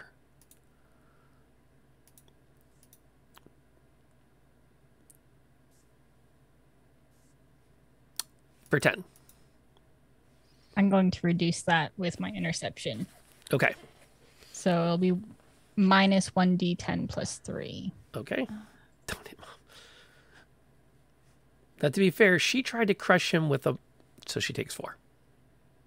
No, only 1 because it's plus 3 as well. Oh, that's right. So she takes 1. To be fair, she did try to smash his face. Okay, Aveline. Pond, what happens? I'm going to use my second wind. Bonus action. Second wind. Yeah. Seems reasonable. Nice. That was max, so I get 15 back. You literally got a second wind. Yeah. And then I'm determined to get this brute out of the way. So I am going to great sword it. No. All right, I'll try. No, you're let me not. Try that again. Oh, okay. I saw JB go down, and I'm so distressed about it. Because I didn't get to say that I also thought JB was family back. I just said that I was pissed. The regrets are coming in. He knows. Yeah. Doesn't he know? Maybe. Actually, wait. Well, no, because what happened now?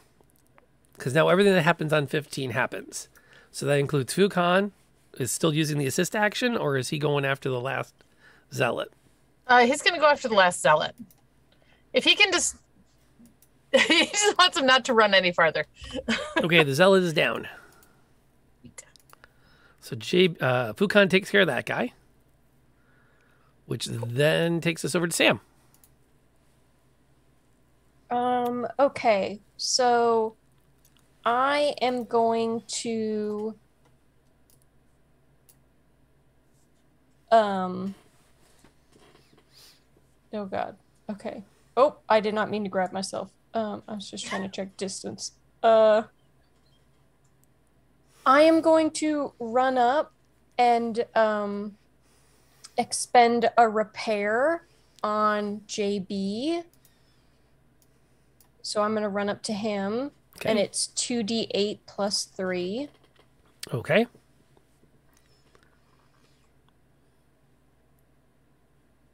So that's 11. Yeah, 11 points back to JB.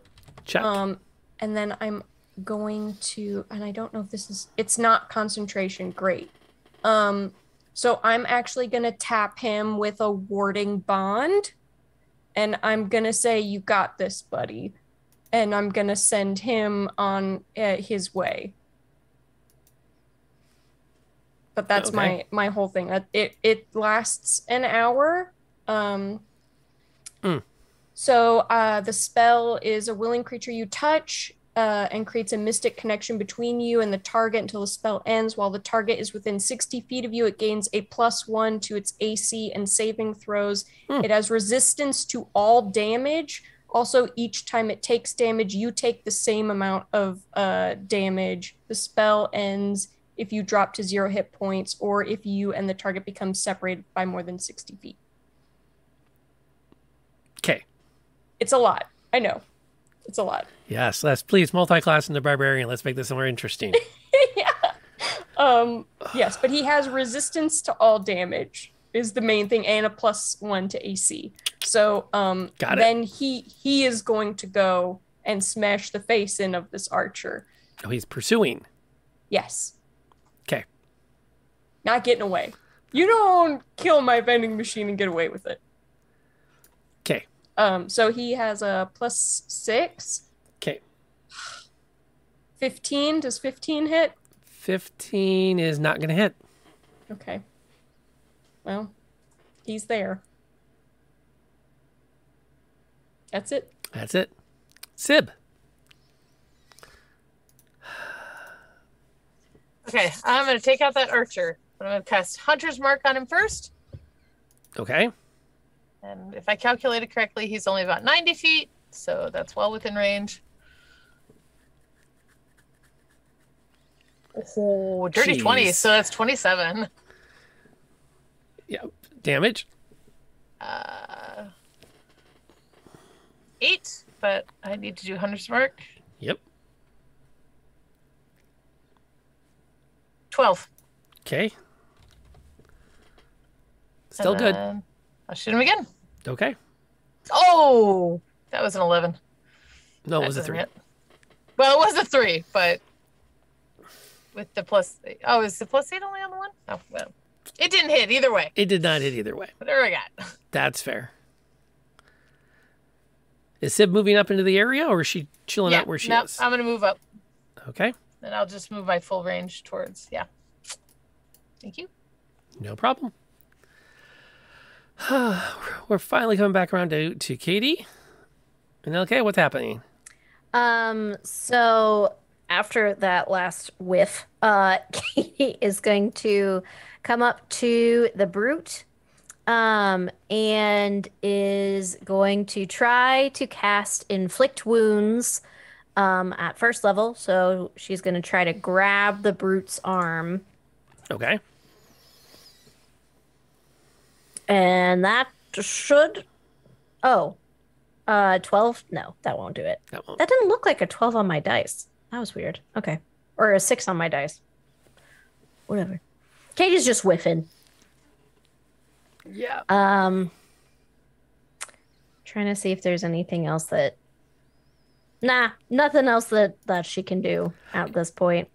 There's a lot of stress right now. There's going to be some challenges. I think it's okay. It's okay. Yeah, that'll be it.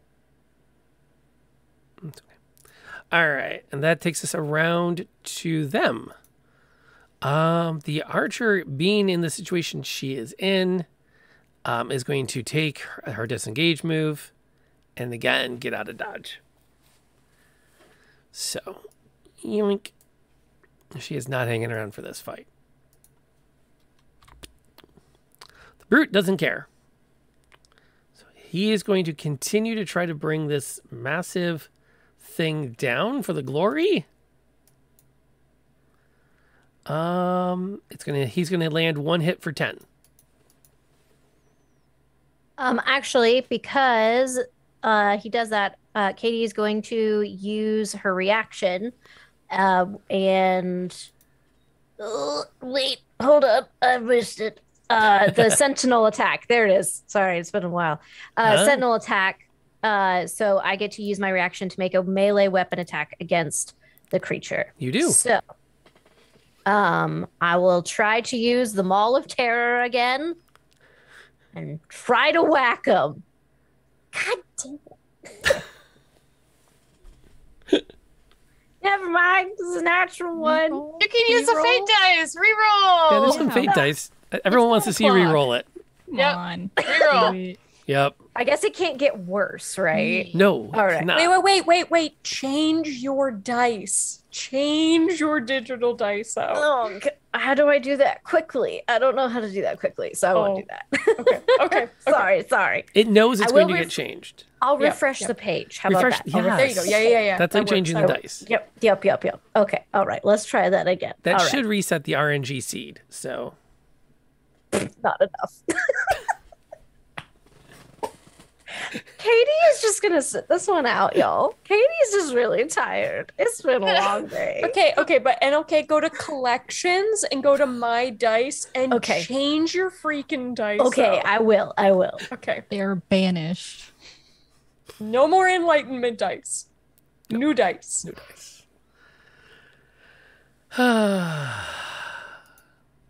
Saband. I'm gonna hit him. 17 to hit. That'll hit. That's 9 plus the enlarge is 10 total. Jeez, criminies. Is he still? Should I roll again? Yep. Okay, just checking. It's a dirty 20. Oh, jeez. For 14 plus Jeez, so 16 total. And that's that. Yoink. Bink. And the board is cleared. The other person totally took off, didn't they? Oh, yeah. Yeah, she basically kicked JB back a bit and then just bolted. Oh, so I can't pursue her? Like, what if we wanted to anyway? Yeah, I'm not letting anybody leave the scene RP. alive. Snitches get stitches in this situation. Okay? The bad news is she has advantage moving through this terrain. Yeah. She will outpace you. Are you saying someone can outrun a living vending machine, Rob? I don't think that's realistic. I haven't exactly seen the living vending machine like leap over like fallen logs or slide under them or This is true. polymorph. This is That true. is for Saturdays. Put it back. Put it back. She does not have a side shave. tell you that much. All right. So if we're out of initiative, then We are. Katie is actually going to effectively use Cure Wounds at the 2nd level on Aveline. Because she doesn't have to freaking roll anything. And so you'll get 7 back. Thank you. I'm also gonna walk up and do a mending spell on JB. My poor JB. I'm going to propose we do. I'm going to take a second, and I'm going to thank Arwen for resubscribing. I'm going to remind you that these are the people who supported us last year, and that we're going to update this as the Kickstarter continues to go, because it's not done. It grew even more while we were playing, which I didn't think was possible. And I think we're going to take a short break and top our water off, and then come back and see what happens with our last hour this evening. It is what it is. But yeah, so thank you to everyone whose name was up here for last season. I can't wait to change this for this season. And we're going to take a short break. We will be right back in about 5 minutes. Hang tight, folks. Enjoy some clips of the channel. We'll see you in a second. Oh no, that whole love interest thing. That's right. Oh, I forgot. I almost killed him. Special and like not forced or anything. It's brilliant. I think the quote I have in particular is actually came from chat, which was the spell slide into DMs, which then became a spell. That's just it's very endearing. So I love it. I'm going to follow that up by saying that the reaction to receiving a message spell was an absolute, just as far as role play goes. Got herself, just stole a ship. Holy God. There's a reason they call her the upstart. Oh my God. Can't even believe that worked. Gentlemen, I am your new captain. Yes.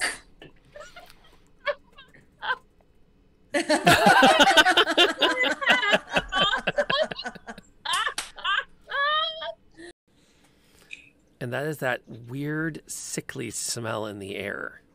Oh, God. Something like rotting meat. Ew. As we're walking, I'm like starting to like shake it off, and I'm just gonna say under my breath, she's just mad her mom never wanted her home for holidays either. Wow, that's some Gossip Girl shit. Like, wow. Anybody else smell that? It smells like salt.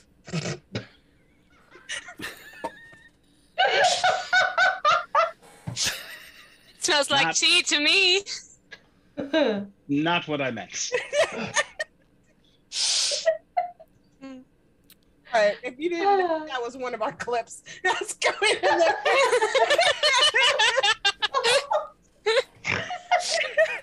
Oh, dearie me. Do we have playbills nearby? Sure. Playbills are made of paper, right? And that's made of wood. Can I use shillelagh with a playbill? Because it's technically made of the same stuff I would need, right? What pulp? I'll allow it. All right. You're swinging again. Oh man, this guy. Tough. What's up with this guy? What? What? This doesn't happen. This doesn't happen. All right, we're going. Let's go. Okay. And followed by the smite. Come on, Timber. We got this. I mean, if he doesn't go down now, I don't know. And he finally drops. Yes. And is out of the scrap. Gets to the guy in the...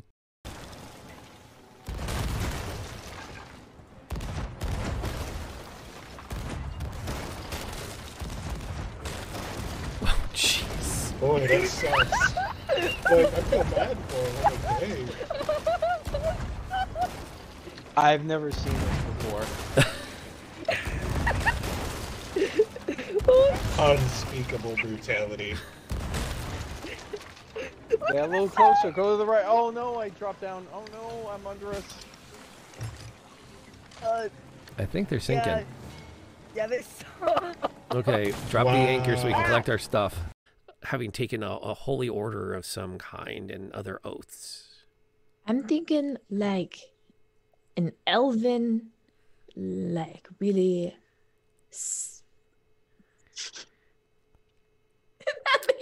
Kung Fu Elfin Monk? Kung Fu Elfin Monk. Okay. Yes, that meditates a lot. I can live with that.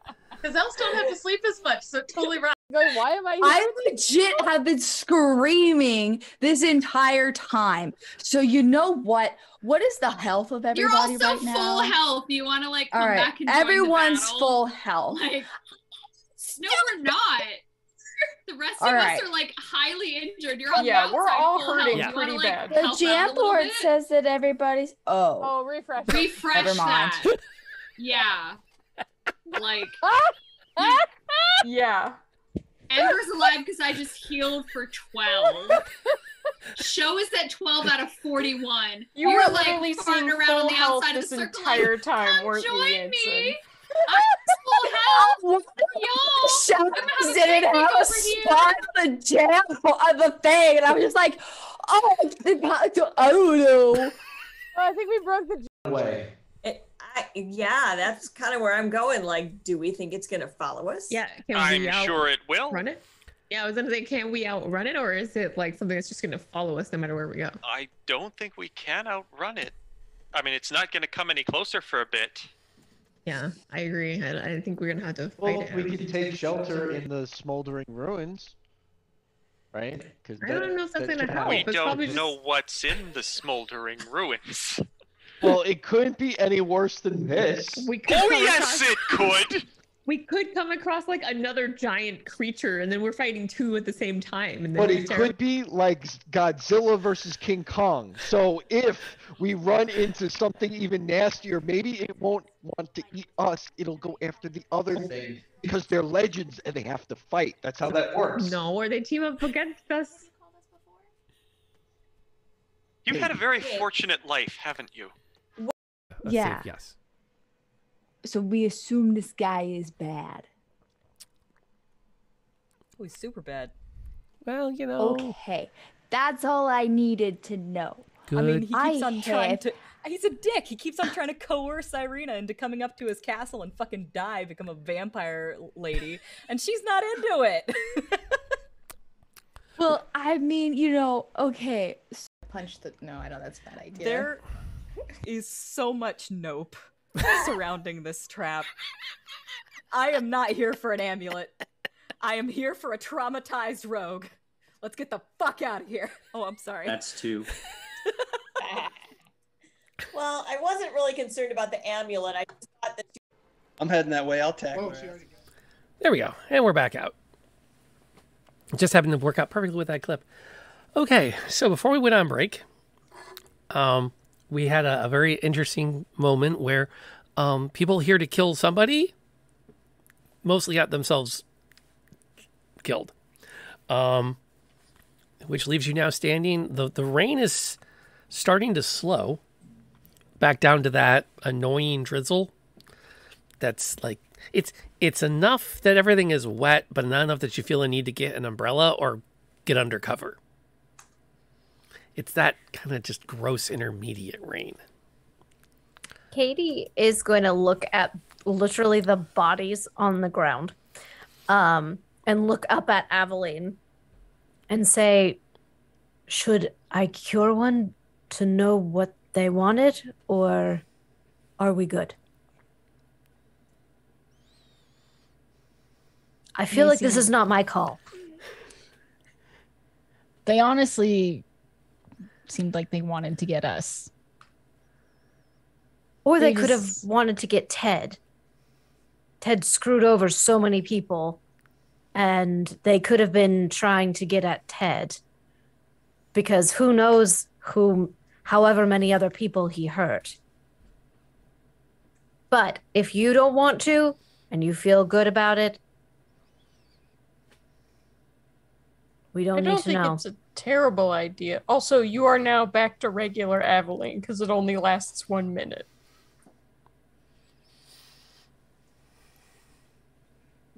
Oh, here we go.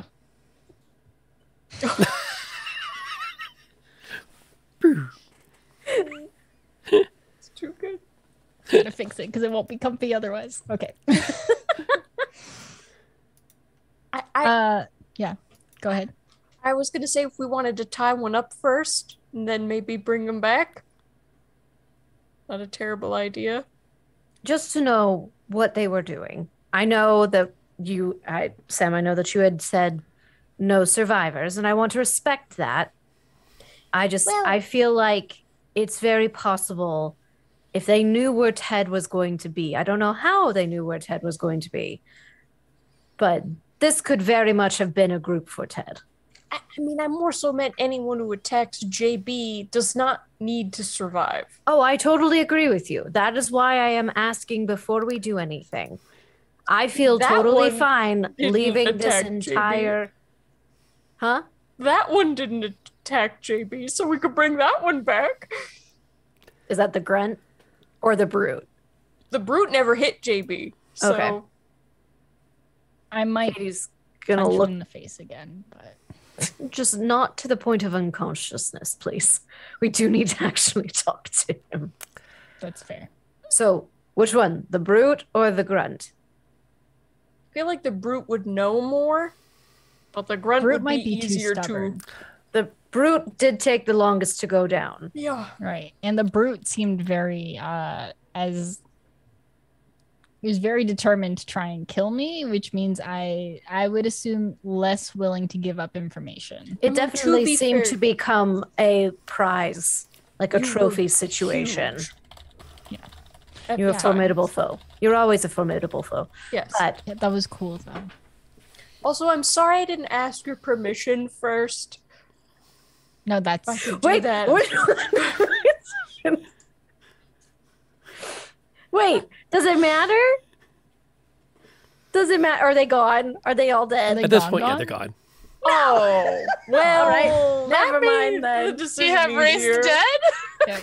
Speak with dead? I will still try spare the dying with my toe boot on, like in my boot, gently on their back. And if it doesn't work, then I'm not gonna worry about it. How 'Cause long no, does I do not spare have- the dying last? I mean, well, hold on. No, that's undead. I'm trying to see if I have. I don't think I have raised them back to life. I don't think I have that one. No. Yeah. Normally, I try to get rid of undead. I don't normally bring them back. I mean, you touch a living creature that has 0 hit points. Did they perhaps They're dead. save on their? They're dead. Oh. They're dead. We tried. You're gonna have to work a little bit harder to get information. Right. Okay, that's fine. That's All right, I'm gonna There's start going still through one who pockets. is alive if we wanted to know. Try and That's track true. him. You don't wait. Hunter's Mark. What is the properties of Hunter's Mark? Can we trace them with that? Do you know where they are if they're marked, or is that something else? That's a good question. I don't think I know where they are. I just wanted to try Shadow. I just wanted to try. You have advantage on any wisdom, perception, or survival check to make you find it. Right. So we can track them. Because you marked, Yeah. you All marked right, the yeah, I archers. marked her. Yeah. Yeah. All right, I'll go start tracking. I'm gonna start, plastic band. What is it? Liquid band-aiding the broken glass that's JB's. The front of JB. It's okay, buddy. All right. JP's doing okay. I mean, he's full up now that I've mended him, but Avalyn gives a little punch to his arm, like a gentle one. It's like, stop dying.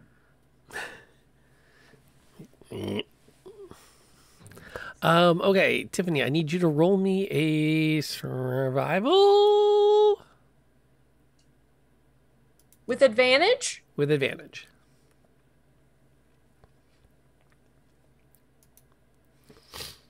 Yes, you do get advantage. Oh, which I did not roll correctly. I only rolled one. It's like 10, and let's see if I get Okay. higher than the other one. I got exactly the same. I rolled 2 10s. All right, you have a trail. I have a trail. You have a trail. Dun dun dun dun dun dun dun dun. All right, I'm gonna check. Go ahead. No, sorry, I wasn't sure if we were still with Syb or not. I didn't want to break in. Oh. Okay. So with all of that, Katie is gonna kind of go over to Aveline and just kind of like just like catch her eye. Do you feel better? Just a little. No. Because I think, didn't Katie and Aveline have like this whole conversation at the end of season 1 about missing home and stuff? I feel like I remembered that, but yeah, I definitely think they did.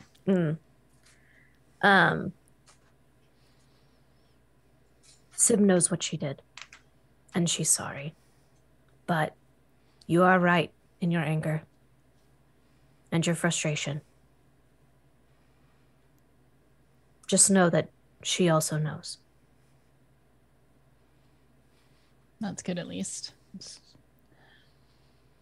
gonna take a while, but of course, it will. But Sam said something about this walkie-talkie thing. I did not say the word walkie-talkie. I don't know what the hell that is. This thing might. She called it the bat phone. The bat. Yeah. She said Batman, but I don't. This is not a man. No. Unless it's a man somewhere else. Well, does the man have the other? No, because. So wait, because they can talk back and forth, right? So where is the other one? The other one went through the Convergence event. It's home, apparently, and she said So it might work. So it wasn't destroyed. She doesn't think so. I mean, I don't know, but clinging to this is my only hope, really. Because if that means that it wasn't destroyed, maybe Ted was wrong. Maybe things are not frozen as we thought. He better have been wrong. I have so many theories, and Sam's just like standing behind you too. I have so many theories, and I'm gonna need a lot of researching, and her eyes are like twitching. Katie is gonna reach her hand down and kind of like pick up a piece of the white hair on Sam. How are you feeling, Fine. Sam? I got a lot of work to do. You do, but are you okay? Yeah. When am I not okay? Quite a lot of the time. Yeah. But, and Katie's gonna look at Aveline with kind of like a raised eyebrow. Not like Syb's mom eyebrow, but just kind of, but a more inquisitive, like, do you think she's okay eyebrow? Aveline tries. She's not good at subtleties like that. It's just like, We can fix this. we should get you some food. We should make camp. We all so need many food. Twinkies. But I can fix this, and we can do this, and it'll be great, and it'll be good. And But you can fix it tomorrow, Sam. It's been a very long day, and it's been a very hard day for everyone. You can fix it tomorrow. Mhm. Maybe by that time we will have heard something through the Batman talk rock. Mhm. And maybe we'll have more information then. Yeah. Speaking of which, are we setting up camp now? Are we tracking this person now? And Syb is about 50 yards down a trail she thinks she's on. Right. So we're walking and talking, right? We're walking and talking. Yeah, I think Okay. so. Yeah. We saw the direction that Syb is going in. And I'm assuming like Syb is like dropping something for us to follow.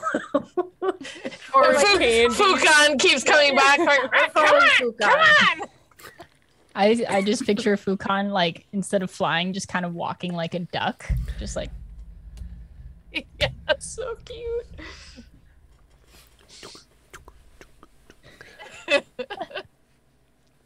Periodically, he hops and then walks again. Yep. Yeah. Like, come on, guys. When we do find this person after we figure out their intentions, we should rest and eat. And Sam, you need to take care of yourself before you can. It's okay if you're not okay, Sam. I'm fine. I don't know why everyone keeps saying this. I'm fine. You don't seem fine, Sam. You just went through something incredibly difficult. I watched it happen right in front of my eyes. I thought I was going to lose you. Yeah, but Katie, we all went through something that's really difficult. We did, but it's okay that we're all dealing with it in different ways. Yeah. That's okay. And it's okay to not be okay with what happened. It's okay to be freaked out. It's okay to be terrified. Just, like, how old do I look right now? Like, am I like my mom old? You are not your mom. Well, I've never met your mother, so I don't. I feel like you so should have met my mom by now. If we've been roommates, you've for sure met my mom. Has that happened? I don't know. Like, have we been to your family's tree? I mean, how long have we been roommates? Yeah, we never really established how long it had been. Like a couple months? Because if you had been my roommate for at least enough time for there to have been a holiday, you would have met my whole family. Okay, I don't know if it would have been that long. I feel that had to have happened. Oh, yeah. it did? Okay, You or maybe met okay, all the medals. Yeah, the picture of Katie standing in a sea of medals. Yeah. It's just that at some Just point that literally happened. kids like hanging off her. you. Yeah. Mhm. Okay. So in that, since I have met Sam's mom, how old does Sam look in comparison to her mom? Not that she hasn't aged a full generation. Yeah. So there aren't like distinct age lines. It's kind of more of like some spots of white hair, a little bit around the nose and mouth, maybe. Not enough to warrant a full redo of character art. Right. Sam, you don't look that old. You maybe look 5 years, 7 years. Not that much older. I mean, Katie, you know what this means, right? I gotta work faster. Sam, you have plenty of time. I think the main thing you should be worried about is how your brother is going to react now, the fact that you are indeed older than him.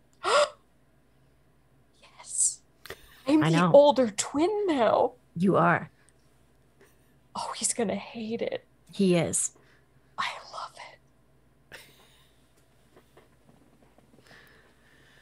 And I'm going to pick up Sam and like put her on my shoulder. I'm immediately falling asleep.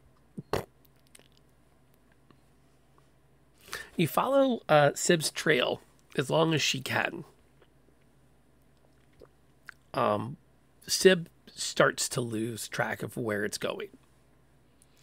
And there are a few moments where, for Tiffany, you are with a 10. Yeah. You've got a pretty good idea of where she went. I guess my question is, are you going to continue to fake knowing where you're going? Or is there a point where you're going to fess up? There'll have to be a point where I fess up. I'll try sending Fukan ahead to see if he can pick up some more trail, and I'll just have to go back and confess that I failed as a tracker.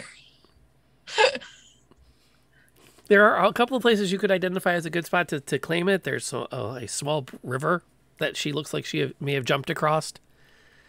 Yeah. As you start to hit the spot where you're like, okay, I think I've gotten as far as I can get. I'm not really sure which way she went from here. you do see. Actually, no, it's night. It's actually getting to. I mean, it's dark. Yeah. There's a spot where she went in this general direction, but you're gonna have to pick up the trail in the morning. Okay. To see if you can find her. Okay. Go back. Did along the way, did it look like any good place to camp out?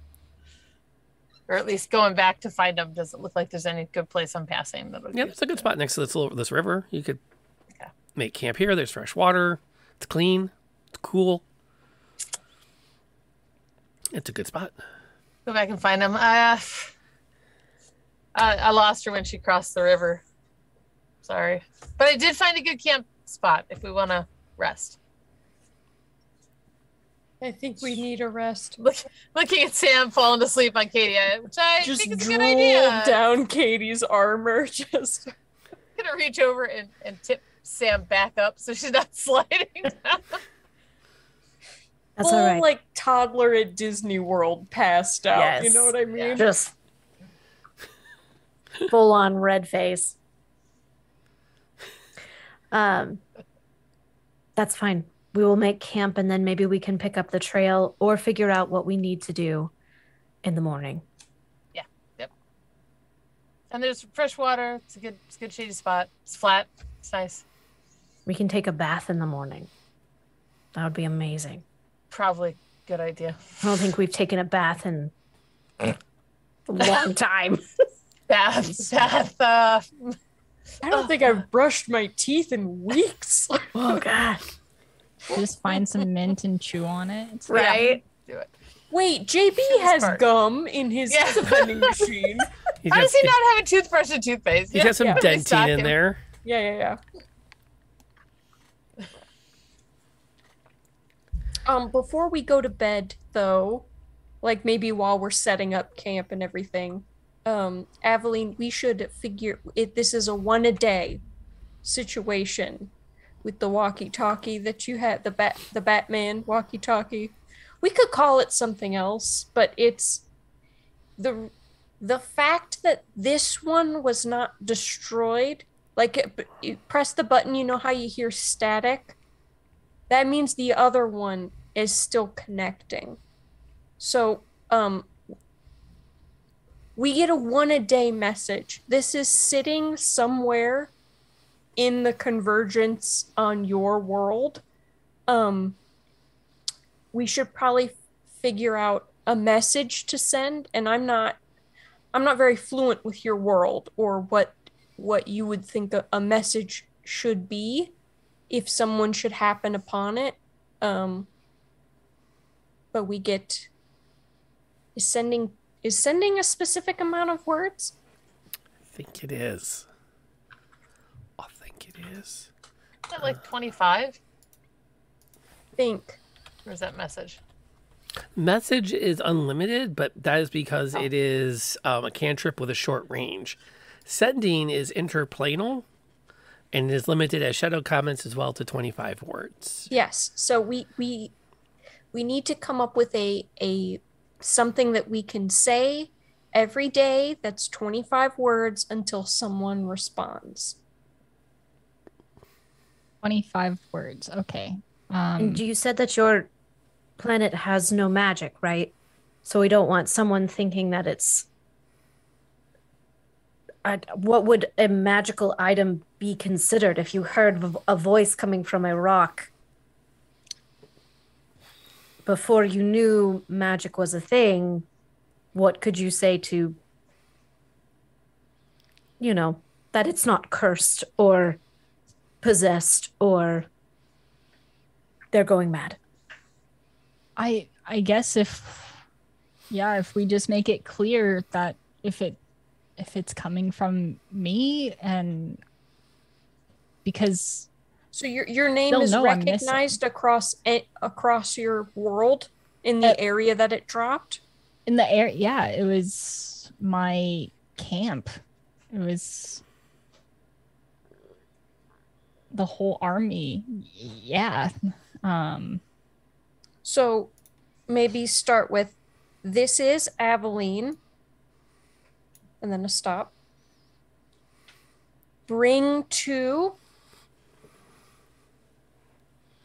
Bring to Clarice, right? Or no, Juniper. Juniper. Bring to Juniper von Ulrich. Should I just say Juniper is 3 too many? 3 might be too many. Maybe bring to. Or is she known by Von?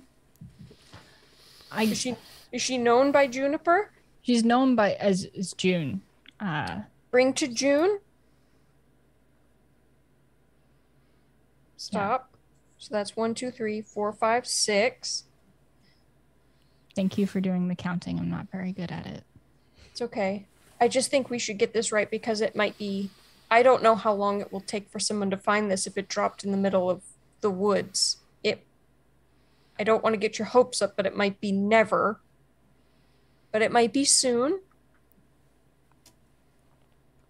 Could be soon. We have to think if there was a lot of light and sound on our end, and you're saying you saw light and sound on your end when you came through, perhaps there was light and sound again, and there might be a search party. There might be, yeah. But it's the middle of a war. I don't know if it will be found. Worth shot. Worth shot.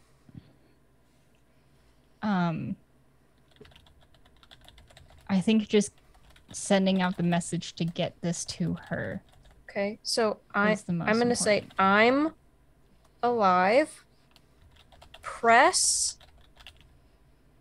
yellow button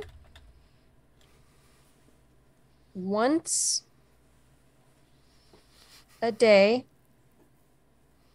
1, 2, 3, 4, 5, 6, 7, 8, 9, 10, 11, 12, 13, 4. We're up to 14. Is there anything?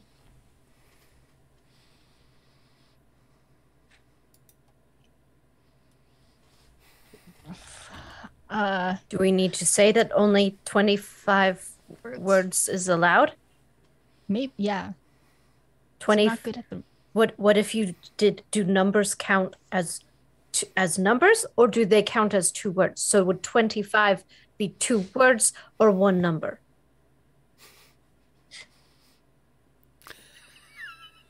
Is that one? Is that one? Because it's 1 number, but it's technically 2 words. So it would be 2 words, or does that not count because it's 1 number? I see. Like only 25 words. Okay. Maybe Okay, that's 2 words.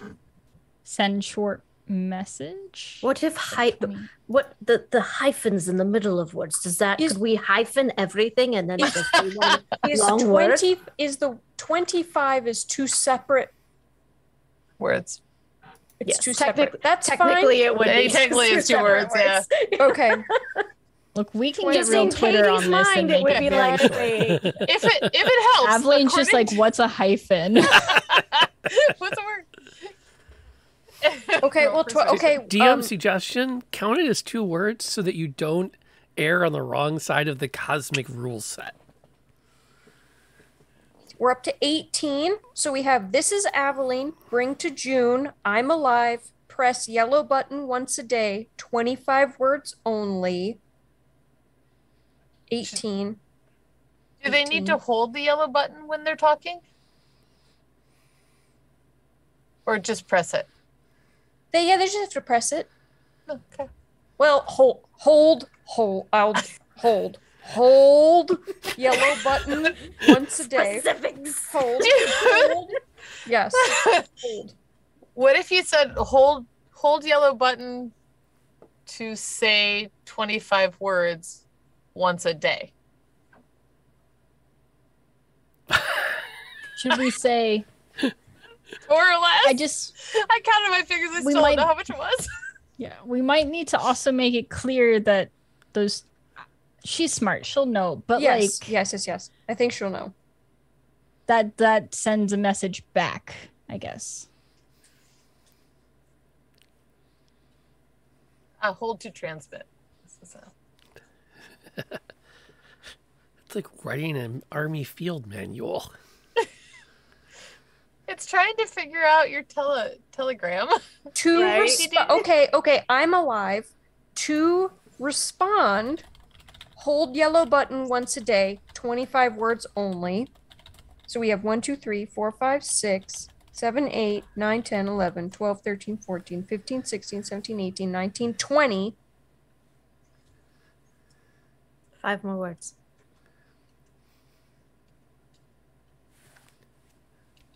And then 5 more words. I'm finding a way back. Yes. Unless you have something much more important to say. No, she won't respond if I tell her I love her. She'll get embarrassed. Okay. That's 25. So the message that we will repeat every day, once a day, until we hear a response is, this is Avalyn. Bring to June to respond. Bring to June. I'm alive. To respond, hold yellow button once a day, 25 words only. I'm finding a way back. Okay. Good. Thank you for helping with that. I'm not good with the words. It's totally fine. But we will do this every day before bed. And we will wait.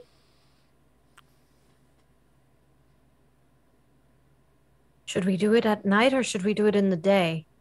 Do you think it would be more likely to be found during the day? Does time work the same way there? I have no idea. You'd have to tell us. Still days and nights, but I don't know if it was okay. It was like night when I left. Was it morning or night when I got here? The sun was in the same position when you came through. It was early morning. So it was same time of day? Yeah. Yeah. Okay. Okay, well, if it's same time of day, when you would know as a war person, when do people scout? We do a lot of the scouting in the mornings, actually. Then every morning we will wake up and we will send this message out. But can we still send it tonight? Because then it will reset tomorrow? Yes. Okay. We will send it tonight. Of course we will send it tonight. And I don't know if this is possible, but you know, when I hold the button down, I hear static. We can just every once in a while just hit the button for static. Maybe someone will hear it. Okay. Yeah. Yeah, I like that. Do you mind if I keep it on me, though? Yeah, just remember to hit the button. I will not forget that. Okay. JB is going to actually come over and scoop up Sam and move her over next to the fire and then plop down. Oh, thanks, buddy. You need sleep. Without saying it, we'll communicate very clearly. You need to stop and sleep now. Yeah, okay. Who's keeping watch tonight? I'll keep watch. I will too. I will as well. I want to do some foraging throughout the night before. I'll take the first watch then. Okay. Okay. But I do want to say, as soon as Katie sees that everyone is asleep, she starts to cry. Like through and like shuddering, kind of crying, partly because she thought Sam was going to die. That she was going to lose Avalyn, but also by the fact that it's possible now that her world is not frozen and that her mom is okay.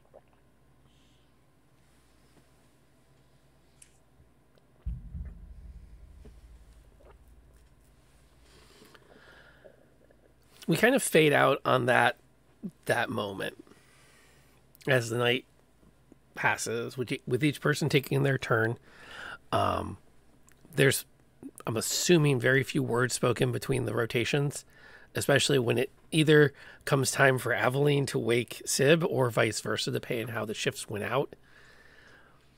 Because at some point, one's going to have to wake the other. And we'll leave it at something happened. They woke each other up in the morning when it came as it was supposed to.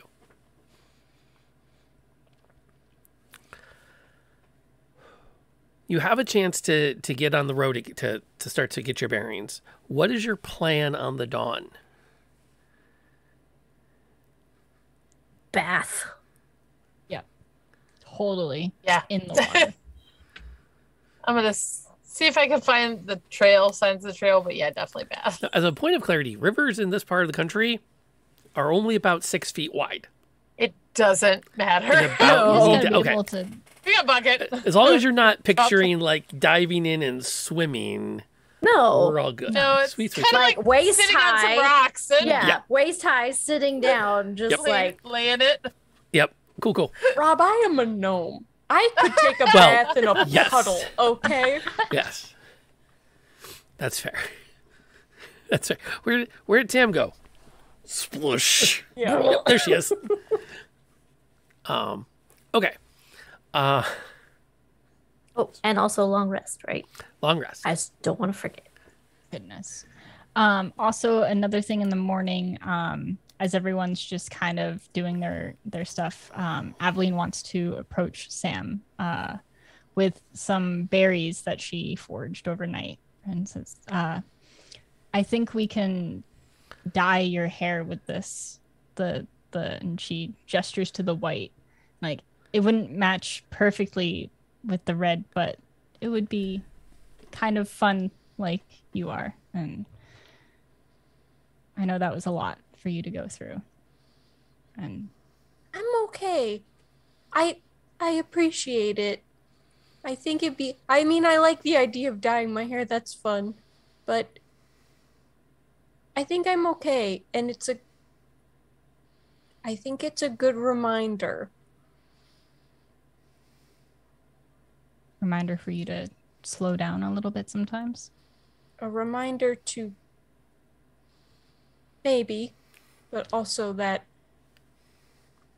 this isn't a game. This isn't something that I can necessarily clever my way out of. But if anyone could clever their way out of anything, it would be you. Yeah. Well, you should at least eat them then. Oh yeah, for sure. For sure. Did you, JB? So my brother kind of has been like, he's a chef, obviously, but JB has been frying the Twinkies at the campsite. I think we could get a nice berry glaze on those. It's like French toast almost. French toast. Oh my god. Okay, we need to go find some bird eggs. We could find some eggs. We could find eggs, right, Rob? I could totally go forage eggs. We could find eggs. We need Wait, to I'm in this French conversation toast now? some- Wait, what? Listen, I'm saying Give me a list. Give me a list, Sam. we need some eggs. We're about to French toast some Twinkies, okay? With a nice berry glaze. Does he have like Yoo-hoo in there? Use that as the milk? Yeah. Cinnabon? We don't even need the cinnamon. We'll just Cinnabon. We'll French toast a Gotta go back to the mall. Cinnabon. Yeah. There's got to be a Cinnabon over there. Isn't that what the zombies came out of? The vending machine. No, honey buns. That's my bad. Honey buns. Yeah. Okay. You get things started. You get your breakfast taken care of. You imbibe all the things. And Syb is able to find a trail. You make your way along to a campsite that has also been abandoned. It's about a mile from where you were camping. There are a few things you pick up. First, there's a pretty good number of them that were here, more than you engaged with earlier. There are also signs that someone was bound. You can see where there's still a large stick or large stake has been driven into the ground, and there are signs that somebody was seated next to it for a large portion of the night. The trail continues to the north. They must have also left with first light. And from what you can tell in the footprints, they number at about a dozen, and they are dragging someone with them. The question is, do you follow that? Because you're also going further and further away from the Imperial City, which is to the south. So Go ahead. Can Syb do a perception on the trail to see if she can? Because I as a player know who it is, but I don't think Syb would remember. And Are there long strands trying to of remember if dark she'd hair remember who it that is. smell of lavender? Oh crap! Yeah, is there Never did anything figure out what around the happened to stick Helena. or like around the post, basically? Clues. I should not do any investigation checks. I was about to say I have a +6 to investigation. Can I Do that. investigate, Yes. please? Yes. Can I just help her? Sure. Awesome. I got I Molly got a at the dirty table. 20. Jeez. Nice.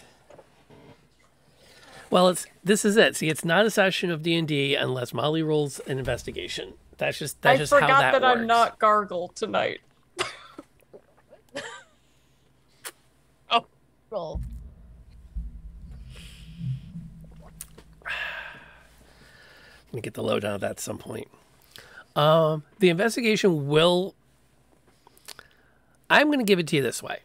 Yeah, you can, based on the stuff that we know out of game, I will now pull that fully into game.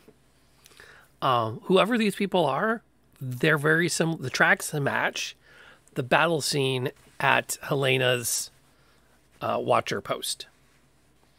You start to pick up little bits in the way the shoe prints land, the boot prints, the sandals, and you can actually start to make out where her smaller foot probably would fit. Whoever these people are, they're taking Helena north. Which again raises the question, how much further away from the safety of the Imperial City do you want to go? City will be there. We need to rescue her. Save Helena. She helped us when we needed, and we sent Ted to her. She's our responsibility. I think we kind of owe it to her. We but do. Did kind of get her into Aveline, this. are you okay with us? Yeah, I know we're supposed to go to the Imperial City, but I don't know if they're really going to help us. I mean, don't we're trust them. supposed to go. A bird made of weather told us that we had to. Do we? We could have said that there was just wind and that the message was not received. There was interference. They'll I know. like that. And we don't know that they would know. They'll know. Oh. How do you know that? She asks very bitterly. I'm from there. From the city. Yeah. Are cloud birds a normal thing? Yeah. Kinda. It's really weird. It's they'll trust me. We can take a few more days and save Helena. It'll be fine. So if you said something to the dragoons that like made them help us, if you remember correctly. And I wasn't gonna bring it up then, but like now with like the weather bird and we might have to go there. And what you said about the horses. So my mom and dad might be nobles in the Imperial City, and I might have run away. So it's the only time I've used my title. I thought it would help, and it really didn't. I mean, it sort of did, but yeah. So you are nobility. Yeah, a little bit. Not as much as Aveline. I mean, she's a duchess. I'm only an honorable. Don't even drag me into this. No, I'm not. Yeah, that's fair. I'm just not super high, just sort of high.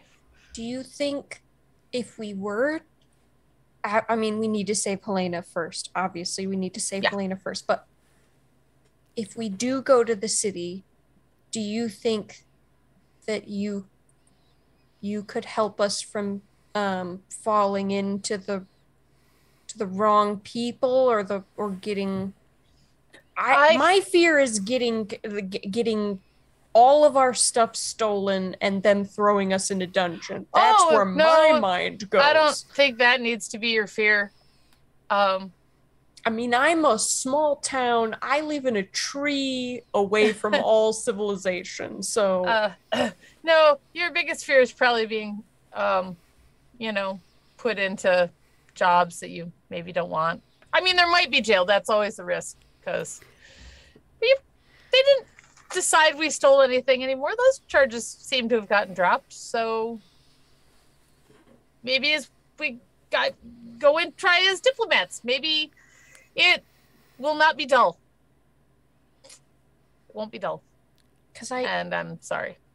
I mean, I hate to this is all looking into the future, but if we are going to try to recreate this event with safer parameters, obviously, which I'm still working on,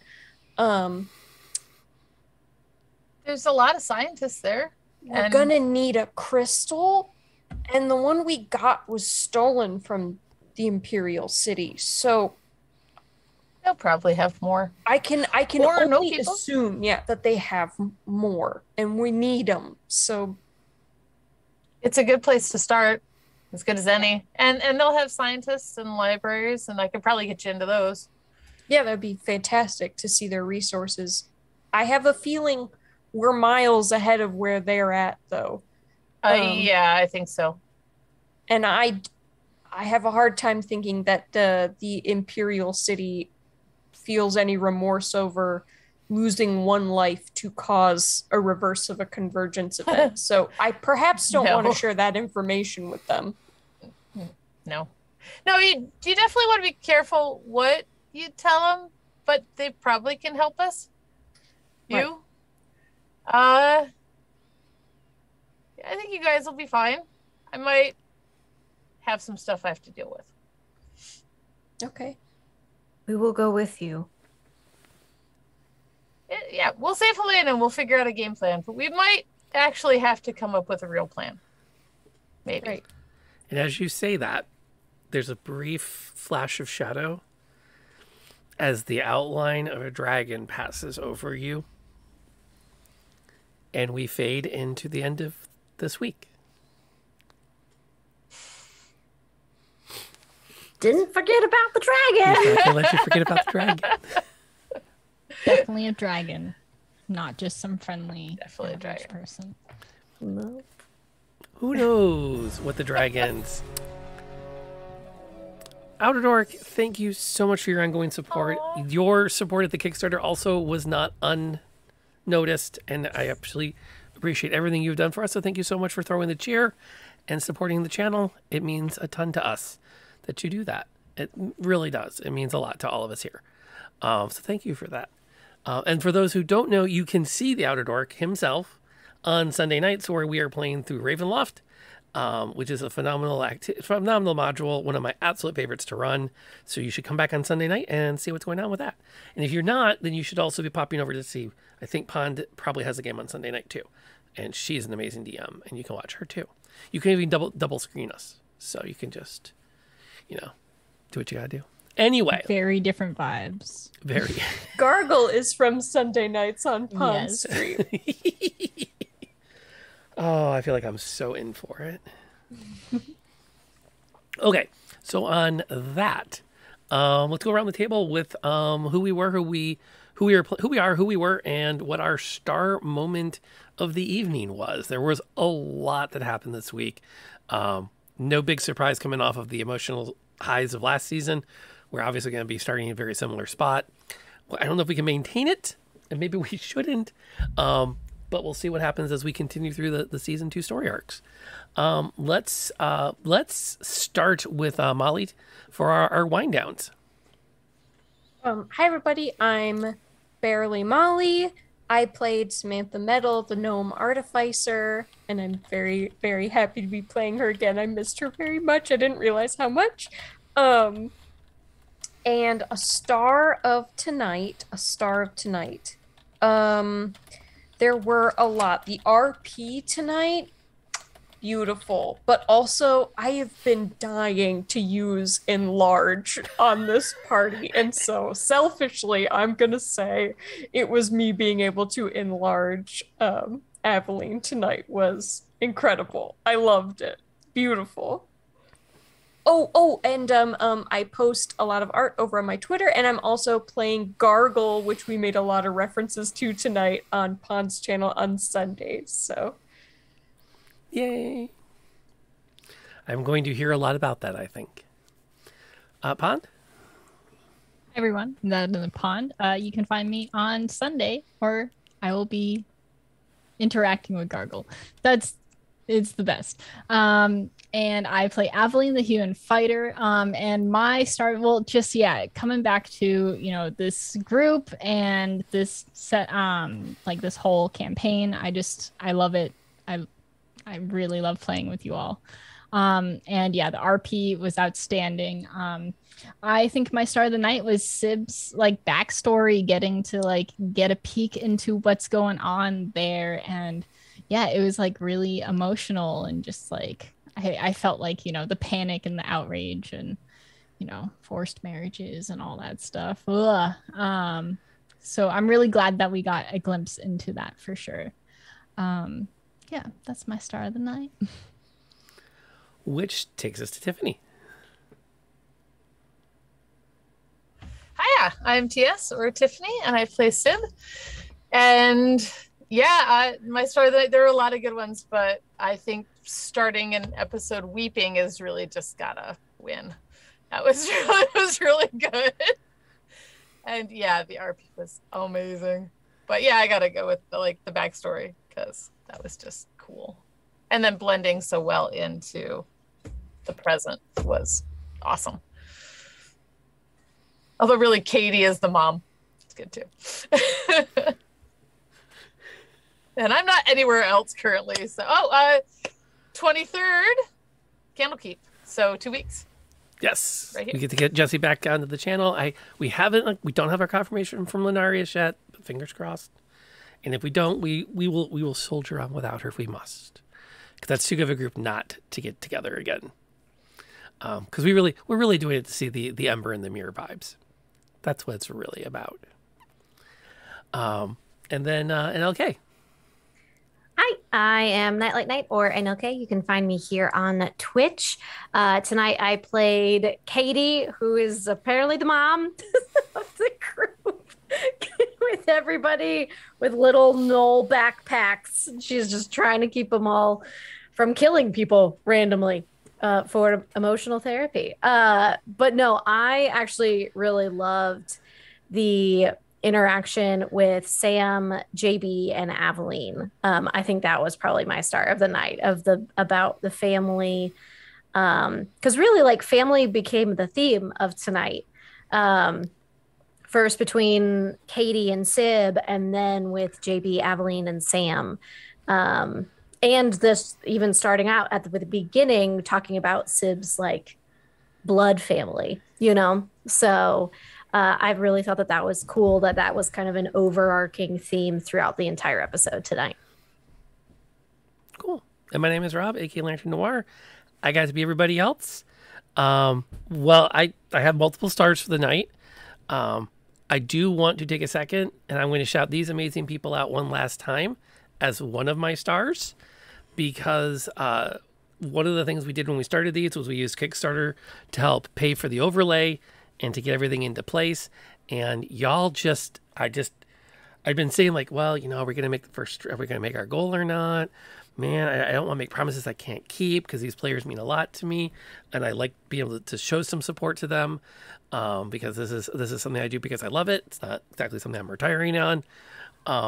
But then y'all just kind of came out of nowhere tonight. And it blew me away. So thank you to the people who supported us last season, and thank you to all of you who are already supporting us this season. It means a ton that y'all want us to keep doing this. So we'll keep doing it, which is a lot of fun.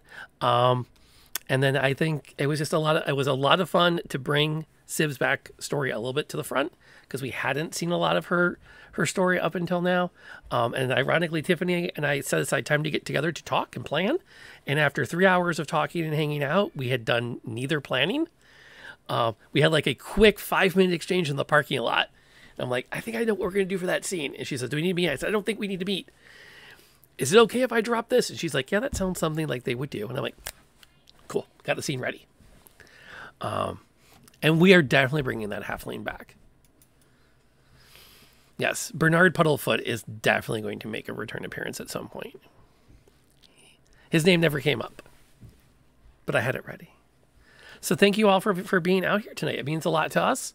And we really appreciate all of your ongoing support. We should find a place to send you all this fine evening. J-Dot, thank you for popping in. We appreciate you having here. We now have proof, if you've been here the whole time, that the dice do actually roll hits. I know there's some concern and confusion at that. We have evidence now that is a thing. How far along is Cassie? She's at the 2-hour mark. I think we're going to drop in on her tonight. We've got lots of options, but we're going to go show her some love. Cassie Mothwin is an amazing content creator. She is an author. She has published a couple of different D&D source books, and is just an amazing person and a lot of fun. So we're going to send you over to hang out with her tonight on the back end of tonight. So thank you all for being here. We're going to roll the closing credits. I will be back tomorrow morning with a Coffee and Chaos stream. I think I'm playing a little more War Tales, and at some point between now and Saturday, Kitty K has cornered me into some daddy-daughter stream. And then my next D&D game will be Saturday morning, when the Crew of the Bitter Victory is going to have a consequence-free pub crawl. Or we're not this week. I think someone's at TwitchCon EU. We're not playing this week. Well, then we know when the daddy-daughter thing's happening. Either way, check the Discord. We'll make sure that you have a chance to get all the information, where to find us. And we will see you all next time. Until the next time we get together at the game table, wherever you are, whatever you're doing, love your family, whether it's blood or chosen.